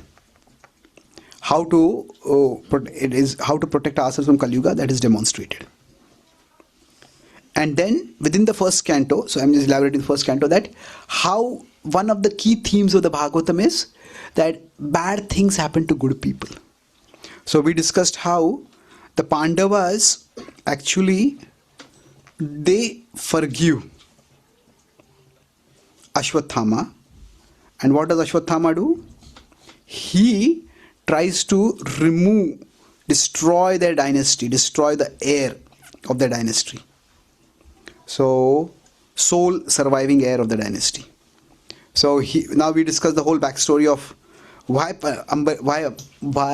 Ashwathama thought like that and what is happening. But the point is that there's a limit. Something terrible happens to the Pandavas, although they try to do good. So in the first canto itself, the theme of what happens to Parikshit Maharaj is depicted as this has happened to your ancestors also. And then the stories in the Bhagavatam, we discussed how each of these stories illustrate the same thing to greater and greater degrees. So we discussed 6 stories. 4th canto, that was the Dhruva story. That it is a normal desire and he gets humiliated for a normal desire. Now, then after that, you have the story in the 6th canto of Chitraketu. The Chitraketu also actually, what he is doing is appreciating, but in that case, it's scary that he gets such a severe punishment that not only bad things happen to him, but bad things happen through him. He is made into a demon, which is terrible. And the 7th canto, we discussed how it is Prahlad is doing great thing for the Lord. His bhakti is doing, it's Prahlad's story. And it is because of his bhakti itself that rebounds on him and he suffers a lot because of that. Then in the 8th canto, we discuss the story of Bali Maharaj, where it is, at least here it is demons doing something terrible, but here Bali Maharaj goes out of his way to serve the Lord, and that very Lord, what does he do? The Lord cheats, the Lord punishes. So this is even more difficult to bear. But then the highest degree is depicted in the 10th canto, where the gopis, they give up everything for the Lord. And when they give up everything for the Lord, what happens? The Lord, it is one thing is cheating, but the worst thing is the Lord seems to reject them. So if we are rejected by the Lord, why would we want to stay with the Lord? But the idea is that through all these characters, they pass the test by gaining taste. That even if Krishna is not there, even if Krishna is punishing us, the remembrance of Krishna is so joyful that no matter how much difficulty is there in my life, Krishna, you are my Lord always. Ashlishyava padaratam pinashtumam adarshanam marmahatam karotu va yatha tatha va vidhatu lampato mat prananathas tuseva naparaha. Mat prananathas, you are my prananath, you are my Lord. So that is the example that the Bhagavatam gives to to Parikshit Maharaj, and through Parikshit Maharaj for all of us. Grantraj Śrīmad-Bhāgavatam ki Jai. Srila Prabhupada ki Jai. Gaur Premanandi. Any questions or comments?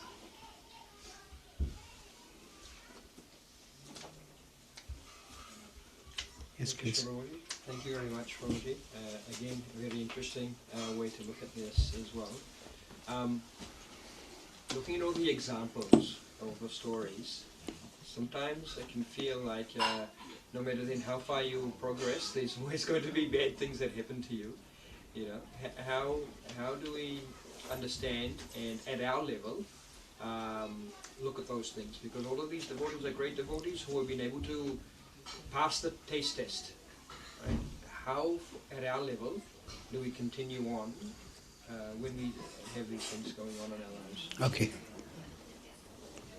So, when we see bad things happen even to great devotees also, then and they have the taste, but we may not have that taste. And how do we look at our life and our future?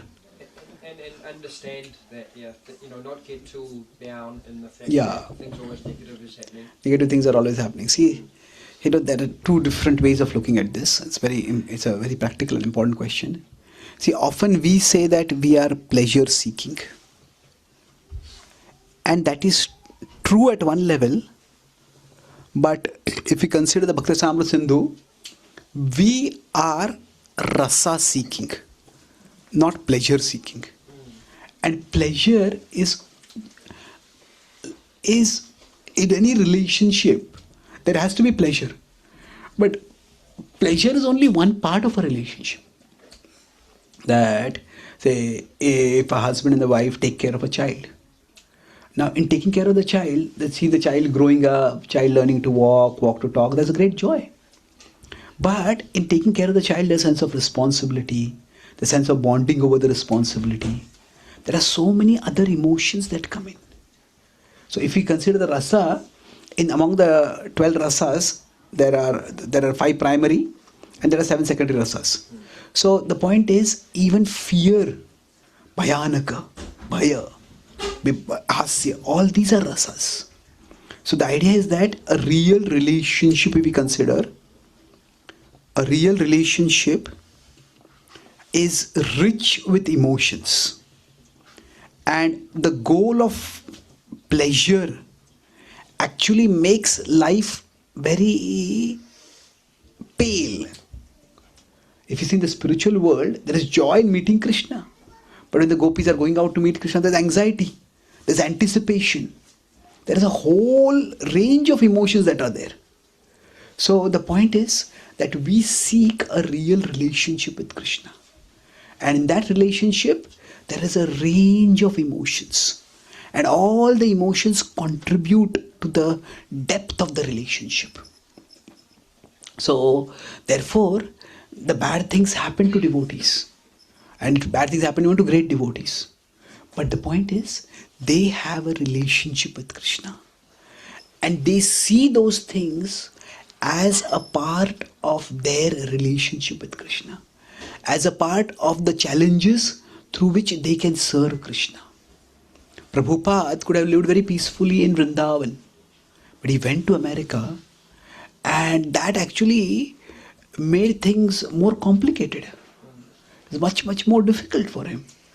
So at one time it seemed that he would not get his American visa renewed. So he almost decided that he was going to relocate to Montreal in Canada, and that would be the base and the headquarters. So there are logistical challenges that Prabhupada also faced. When Prabhupada met Indira Gandhi, the main thing he wanted to talk was that he wanted to do big projects in India, but his Western disciples were not getting visas in India. So the routine challenge that we face, the great devotees also face those. But for them, see, the point is that problems, if we consider, problems are always going to be there in the world. Now what Krishna consciousness does is that it gives us a purpose that is bigger than the problems. That Krishna is great Krishna is glorious, serving Krishna is glorious, and for the glorious cause of serving Krishna, even difficult problems become bearable. And for Prabhupada, when he went to the West, it was for the purpose of serving Krishna, for the purpose of fulfilling his Guru Maharaj's instruction, for the purpose of fulfilling Chaitanya Mahaprabhu's prophecy. So now, for each one of us, that sense that serving Krishna, glorifying Krishna, sharing Krishna is glorious, that sense will gradually come inside us.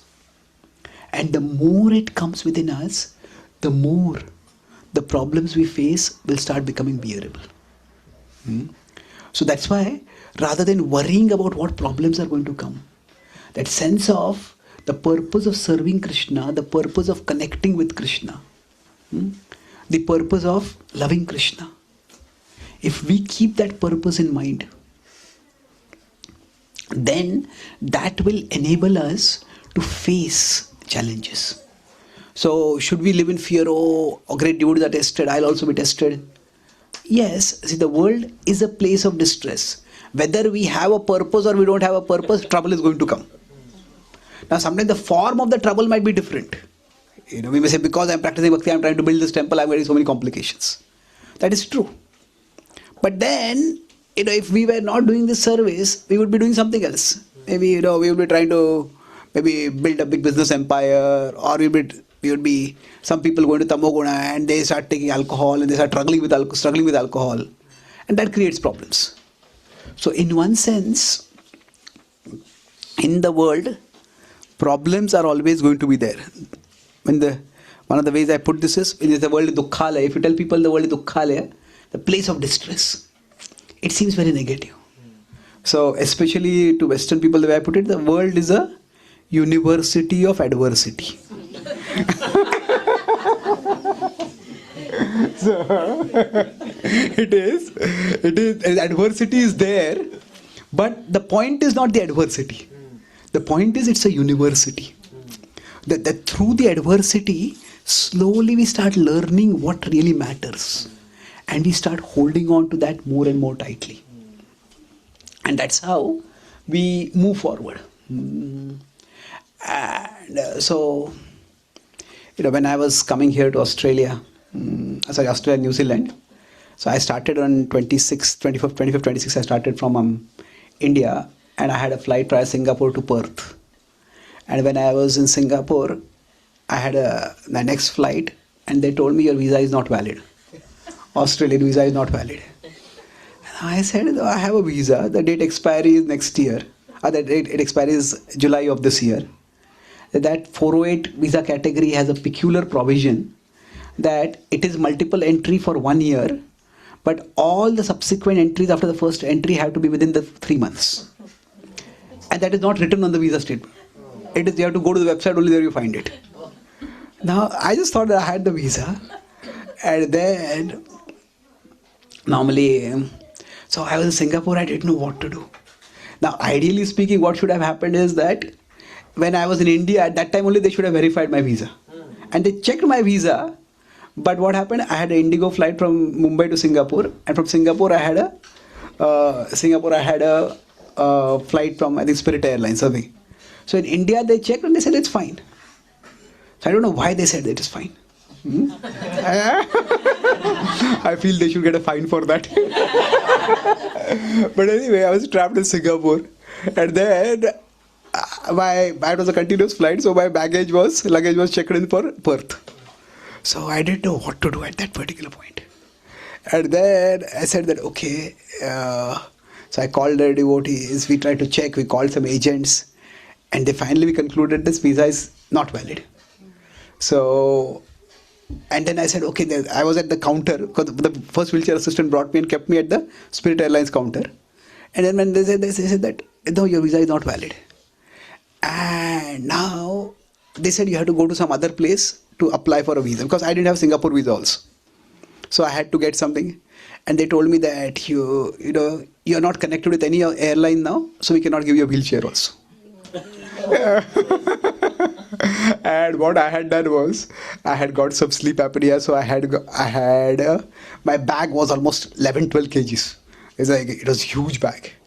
So, and what happens inside, you cannot even have a trolley bag. So it was very frustrating. It was very frustrating at that time. I thought that, I'll just go back to India and we'll figure it out and then I'll come. But then, I thought that I already started off. Krishna must have some plan. So then at the airport only I found a place, and then I called a devotee. It was in Singapore. He said that, okay, we may have to stay in Singapore. I'll apply for a Singapore visa, but it may take 2-3 days. So then we started thinking whether we'll get a lounge in the airport where I can stay on the lounge for 2-3 days. And then I called another devotee, and then we started at the airport only sitting, and I applied for my Australian visa again. And then while I was waiting over there, within about 30 minutes, I got my Singapore visa. Now he told me that till now nobody has got in 30 minutes. So I was thinking that, one thing went wrong, but one thing went right also. So, sometimes we have to take the small wins, count the small blessings also. So then I decided so the point was that particular phase, when they said your visa is cancelled, wheelchair assistant is not available, and you have to stay multiple days in Singapore. I think I might just as well go back to India only. But then somehow I stayed on. Then I was thinking, at that time in Singapore, it was Ram Navami was the next day. So I was thinking that they already had us visiting guests in Singapore. So I decided what to do. I could not come to Australia. I was thinking I'll come to New Zealand. But then the flight to New Zealand would take much more time, and booking it at that immediately short notice was quite expensive. Then one devotee had long ago called me to Taiwan. So I called that devotee and he said, yes, you can come, we don't have anyone for Ram Navami. So the whole thing worked out that the previous day my visa was cancelled, and then I got a Singapore visa. I filled the Australian visa, and after I filled the Australian visa, they said that you have to do because I'm applying for Indian passport holder, applying for Australian visa outside India, they say you have to do biometrics. And now we looked online, there are no biometrics. Biometrics date was only not available for 1 month in Singapore. So then they had a walk-in facility. We walked in, and within half an hour, I got walking through that. I got the biometrics done, and the devotees were waiting. I just completed the biometrics, and then when I completed the biometrics, this was all on Ram Navami morning, and we had not yet decided whether I will go to Taiwan or not, because how long the biometrics will take. So from the Singapore airport itself, Singapore biometrics point only, I took my luggage and went to the airport. Another devotee brought my luggage from where I was staying. Devotees were staying. I caught the flight and I got for Ram Navami to Taiwan. So the point was, we had the devotees in Taiwan were very, very nice devotees, mostly Chinese devotees, so eager to hear about Ram Lila. So when I saw their enthusiasm in being eager to hear about Lord Ram, hear about the Lord, that time I felt all that trouble is worth it. So sometimes, somewhere, to answer the question, somewhere we all have taste. We may not have taste in everything in bhakti, but we have taste somewhere. It may be taste in speaking about Krishna, it may be about cooking for Krishna, it may be in singing about Krishna. So wherever we have taste, that is our source of strength. And that source of strength is what will make everything else worth it. So for us, I would like to, I was going to talk about this in some other place. See, there is, in our life, there is emotional strength and there is spiritual strength. So now, when we say taste, is taste emotional strength or is it spiritual strength? Yes. See, now at present, if there are many activities in bhakti, say if there are maybe a dozen activities in bhakti, then now with our bhakti, or let's put it that, say there are 12 activities in bhakti. Now all of them will give us spiritual strength, but not all of them will give us emotional strength. Like if chanting, for many people it is not a source of emotional strength. Chanting requires effort. Now, kirtan might be a source of emotional strength. For some people, classes might be a source of strength. For some people, classes may require strength to go and attend the class. So for each one of us, we need to know among these spiritual strengths, there are some things which are emotional strength for us. So this is what gives us taste. Now as we move forward, as we grow in bhakti, what will happen is all the things that give spiritual strength, we'll also develop taste for them. But right now, we have to know what I have taste for. And what I have taste for, that makes all the tests worth passing, worth enduring. So that's why when we are practicing bhakti, within our bhakti activities, let me put it another way, that the activities that we do in our life as devotees, there are some that give strength to us, and there are some that require strength from us. So some that give strength and some that require strength. So now for us, we may have, it can apply to people also. Now some people we look forward to meeting them, and some people we look backward to avoid them. Isn't it? How can I get away from here? Now the people whom we want to avoid, they may not be bad people. They may be good people, and they may also be necessary for our purification and growth. But if we are constantly meeting people who are demanding and draining, who require strength, then we will collapse. So, there's one Prabhupada disciple, I won't mention his name. So, whenever I call him, he's a sannyasi guru, whenever I call him, he picks up his call and we have long discussions. So, now his personal servant is a close friend of mine. So he said, 2-3 times I have observed that when somebody wants to meet, Maharaj says, I have no time. But whenever you call, he has time. He always picks up your call.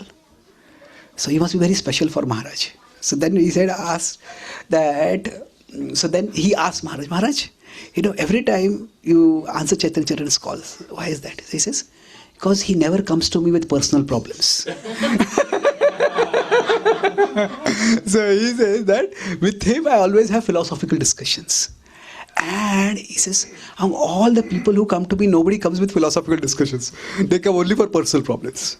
So now as a spiritual master, he will address the problems. But dealing with personal problems is exhausting. But philosophical issues, discussing this shloka and this point and that person, he says, I get stimulated in that. So the idea is that for all of us, when we interact with people, we need to arrange our schedule in such a way that we have adequate time for the things that give us strength. So if we consider the things that give me strength, we put in green and we put this in red. Not that they're bad, but they just require strength from us.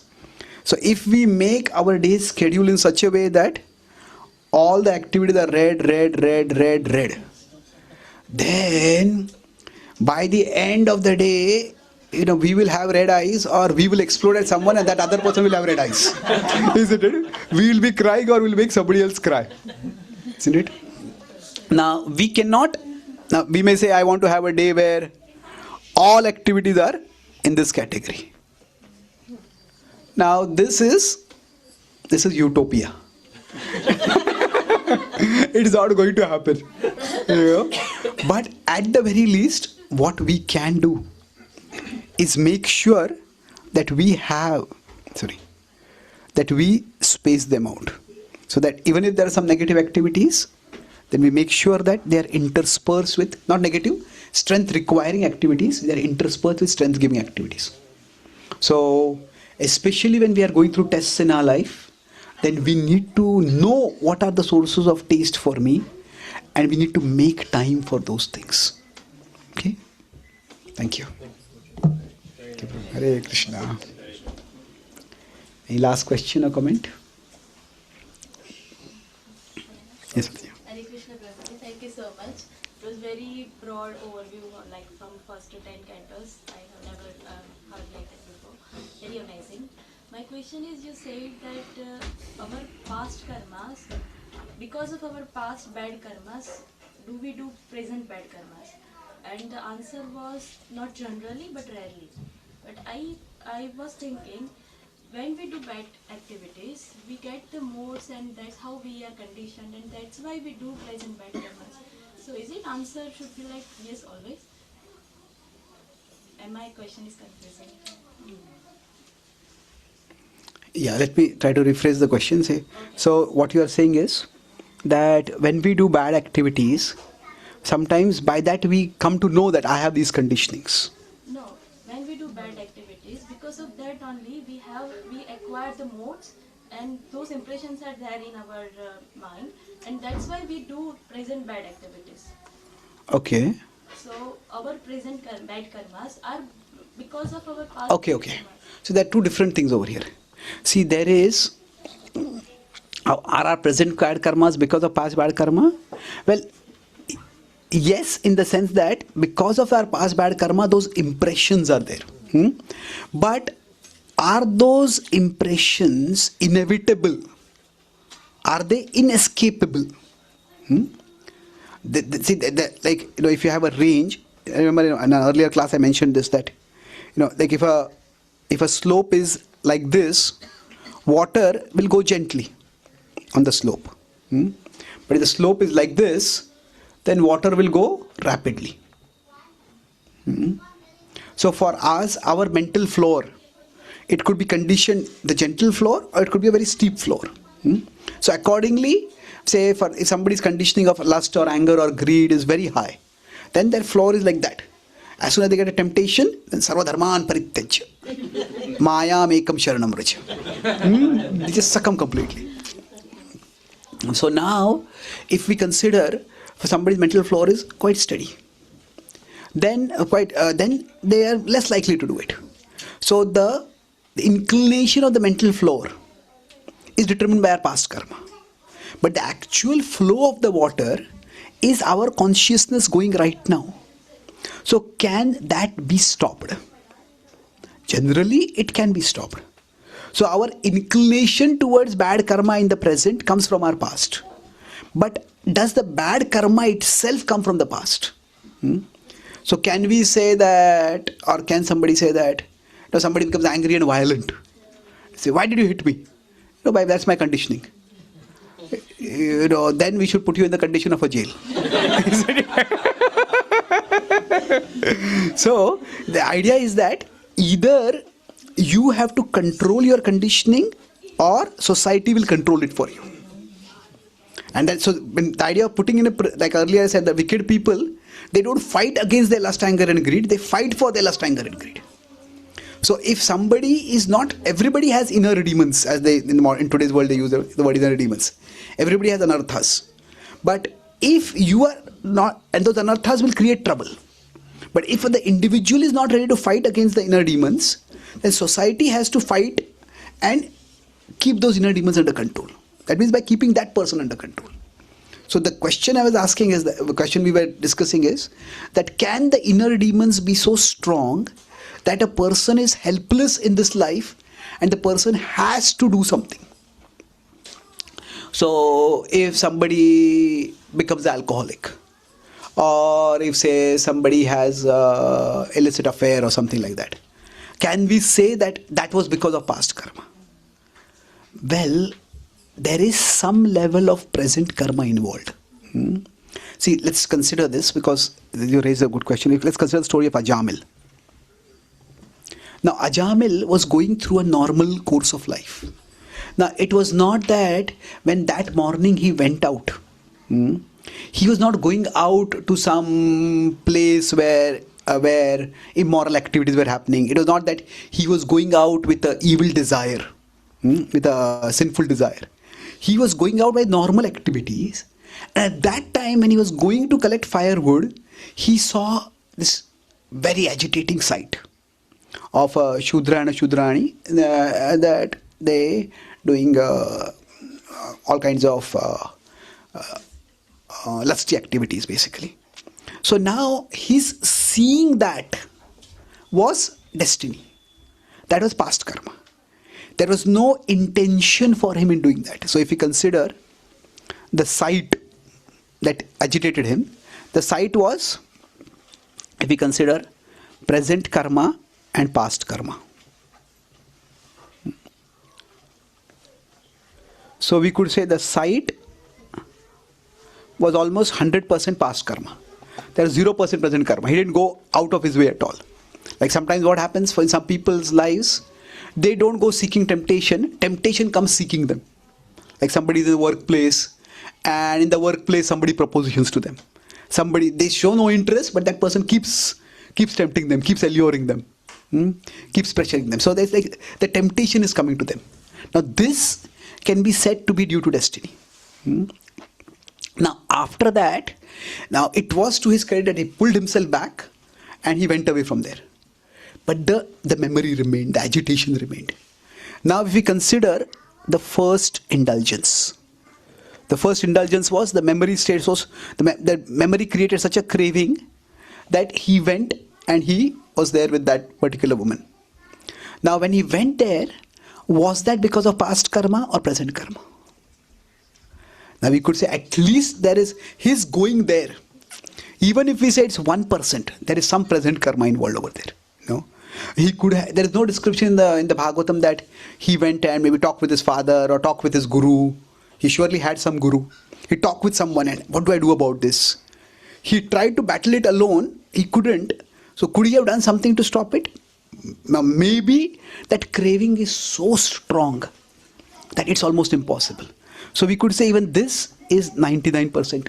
Or we could mostly it is sometimes some by the past karma some temptation comes and the force of the temptation is so strong that you just can't do anything about it.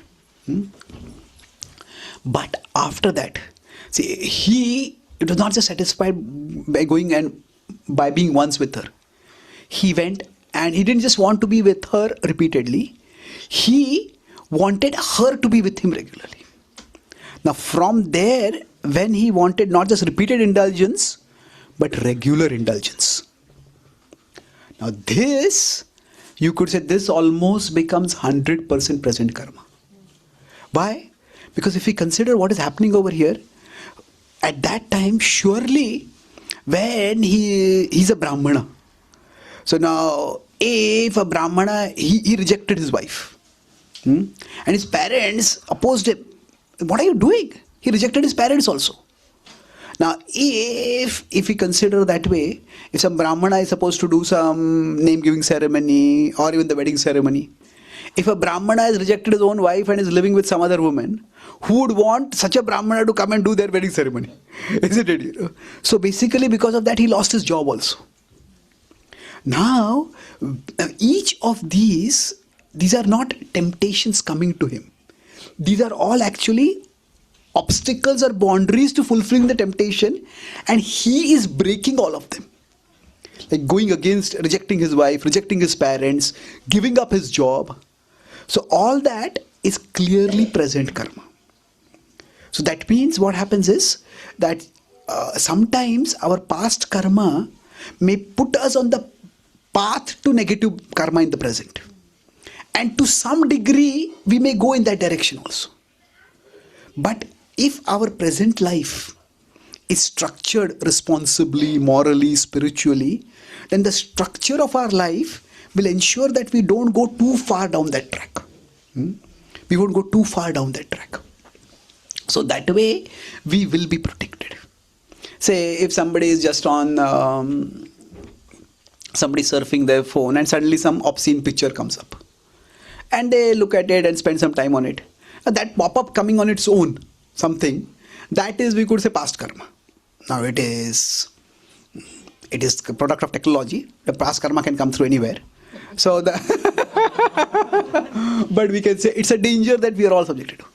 But if somebody is in a workplace where there is a firewall, where you are supposed not to surf any sites, and that person finds a way to break the firewall, and then that person is going and surfing certain things, and then in the office it's found, or in the family there is parental control, and somebody actually breaks that control and goes, then what is happening is, then that cannot be blamed on past karma. So past karma may create a tendency, but our present karma should be creating protection for ourselves, should be creating boundaries so that we don't act on that tendency. And even if we act, we don't go too far. So that's why the past karma doesn't normally make us do past bad karma doesn't lead us to doing present bad karma. It may lead us to some degree, but if somebody is completely doing something terrible, that cannot be blamed on past bad karma. Okay? Okay. Just an extension to that question. Yes, Prabhu. So we can see once we are in a mode, say for example tamasic mode. So isn't our like thought process, the thoughts that we get are also driving us even in the present situation? Like even though there is an impetus Agreed. that has because of the past karma, but now once we are in that situation, because we are already in tamasic mode. No, so that's agreed. See, if you have past conditioning and presently also in tamoguna, then we will be driven by that. That is true. But if you see somebody who's in tamoguna, their tamasic mode will also stay for some time. Isn't it? If our life is structured in a particular way, then a person cannot stay in tamoguna for also a very long time. Like if somebody has 2-3 hours free and he just spend random surfing on the net. Now, that might be tamasic, just click on this and click on that. But after that, there is some rajoguna, some satvaguna. You have some responsibility. You have to go and do your job, or you have to take care of your family. We have to do some seva. So there is some structure that pulls us out of tamoguna. So that's why I said that phase might be there for some time. But if somebody is not only in tamoguna, but they are also putting themselves in a tamasic environment, then basically they are removing the protections. Like if somebody is a normal person and somehow they get drunk. Maybe they go to a party and somebody pressures them to drink. But if they drink and come back, they come back to their colleagues, the other colleagues who are more responsible, they come back to their family. What did you do? Why did you do that? So at that time they are pulled out of that tamoguna. Isn't it? So sometimes either because of the external circumstances or because of the internal conditionings, we may go down a negative track to a particular degree. So that's why the boundaries that we have in our life are very important. What bond? Even when we do wrong, how far will we go? So like all of us may get angry. And when we are angry, we may raise our voice. We may speak harshly to someone. But most people who are from a reasonably cultured society, they will not use swear words, even when they get angry. So anger is there and that anger is being expressed. So like yesterday I was talking about boundaries. So even with respect to our anarthas, so if we have anarthas, so what happens is that there is we could say an aspirational boundary. The aspirational boundary is that, say if I have anartha of anger, my aspirational boundary is that I will never raise my voice against anyone. I will never speak in a cold or a harsh tone also to anyone. That might be my aspirational boundary. But I also have to have a non-negotiable boundary. I cannot stay within the aspirational boundary. The non-negotiable boundary would be that, say by anger, I'll never raise my hand against anyone. I'll never use swear words against anyone. So for us, the boundaries can also be over a range. And now what is non-negotiable? That may vary from person to person also. And that is one of the main reasons what happens is when devotees come from very different cultural backgrounds, then their past culture is very different and their non-negotiable boundaries may be very different. So I was in an American temple and there was an Indian devotee. I was staying at their home, and they are from UP, from a Chaturvedi kind of very traditional Brahminical family. And they came to America and they went to a temple in America. And then the temple president is a very dynamic devotee, very scholarly, very dedicated, but he's also a very aggressive person. And what Sannyasi was telling me, he's like a Brahman, Kshatriya, Vaishya, Shudra combined in one. He was joking. Very scholarly, very managerially aggressive, very good at fundraising, very good at menial work also. Everything he does. But the point was that so this devotee, the Mataji, went to the temple to do some deity service, and he saw that the temple president, somebody had come for some construction work and they were not ready, and he was yelling at that. And while yelling, he used some obscene words. He used some terrible words. And she was aghast. He says, how can somebody in the temple speak like that? The temple president can speak like that. Yes. So then this had happened just a few days before, and then I was visiting. I was staying at their home. So he told me. So the husband said that I'm thinking that I don't want my wife to go to such a place only. How can we see that person sitting on Vyasasana and hear a class from him after we have heard him use such obscene words? So then now that temple president, I also know him very well. So then I told him, can I talk with him about this? He said, okay, but he should not get angry with us now. So I said, no. So then I told him about this. He said, Prabhu, I grew up in America, they use the word tough neighborhood or a rough neighborhood. So I said, I grew up in a neighborhood where nobody spoke one sentence without using an obscene word. So from there, I have come a long way now. So I'm aware of this, and it was wrong of me. I realize this. I was also myself planning to talk with them and apologize for that and explain it. But I was thinking I'll talk with them face to face. But after that incident happened, because he was yelling at, basically what he's doing is that he is getting, in America there's a lot of people, problem homelessness. So he's trying to work with the government and get these homeless people to start doing some voluntary activities in the temple. And that way, they may also, in a spiritual ambience, become devotees. But sometimes these people, they just don't understand, or they don't do things when you speak politely to them. So he said, I was speaking to that person like that, and that Mataji just came over there. As soon as I saw her, I realized that, that she should not have, I should not have spoken like that. But I said, I would never speak to her like that. But the thing is, I'll explain to them, but it is that this is from both sides it comes up. The conditioning was there because of which some traces are remaining, and the other is the circumstances of that person was not just listening, and this is the way you need to talk with them. That's what he felt. He said, I realized that as a temple leader I cannot talk like this with anyone, but you have to get things done. So then he said, I explained it to them. So the thing is that sometimes what are the acceptable boundaries? What are the negotiable, non-negotiable boundaries? That may vary from person to person, isn't it? So we have to deal with that accordingly, appropriately. So if we are in a community, what are the non-negotiable boundaries for everyone? There's almost like an unspoken understanding that certain things are not to be done in certain places. But then when some new people come into the community, then those boundaries, they have to be navigated. How do you deal with that? So I was in America once, and I gave a college program, and mostly American students were there. So one American girl, she asked a question that why do religions fight among each other so much? So I was talking about inner peace and I was talking about spirituality. So she said, why do religions? So I answered the question, elaborated, talked about 3 modes and everything. And I could see she was very satisfied with the answer. And after the class, I was talking with people, and that girl came and she said, this question had burdened me a lot for many years. I asked many people this question, but your answer was the most satisfactory for me. It's a big burden off my heart. Thank you very much. Can I give you a hug?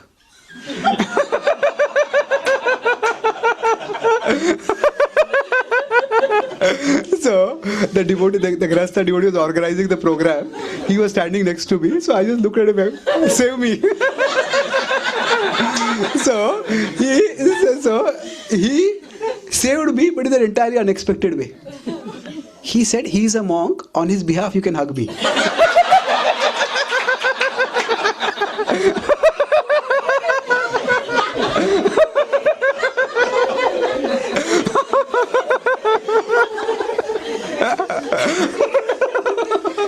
His wife was next to him.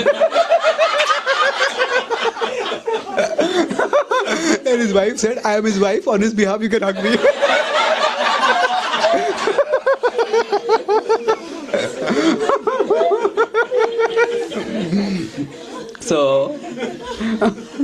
So then I this protection through parampara.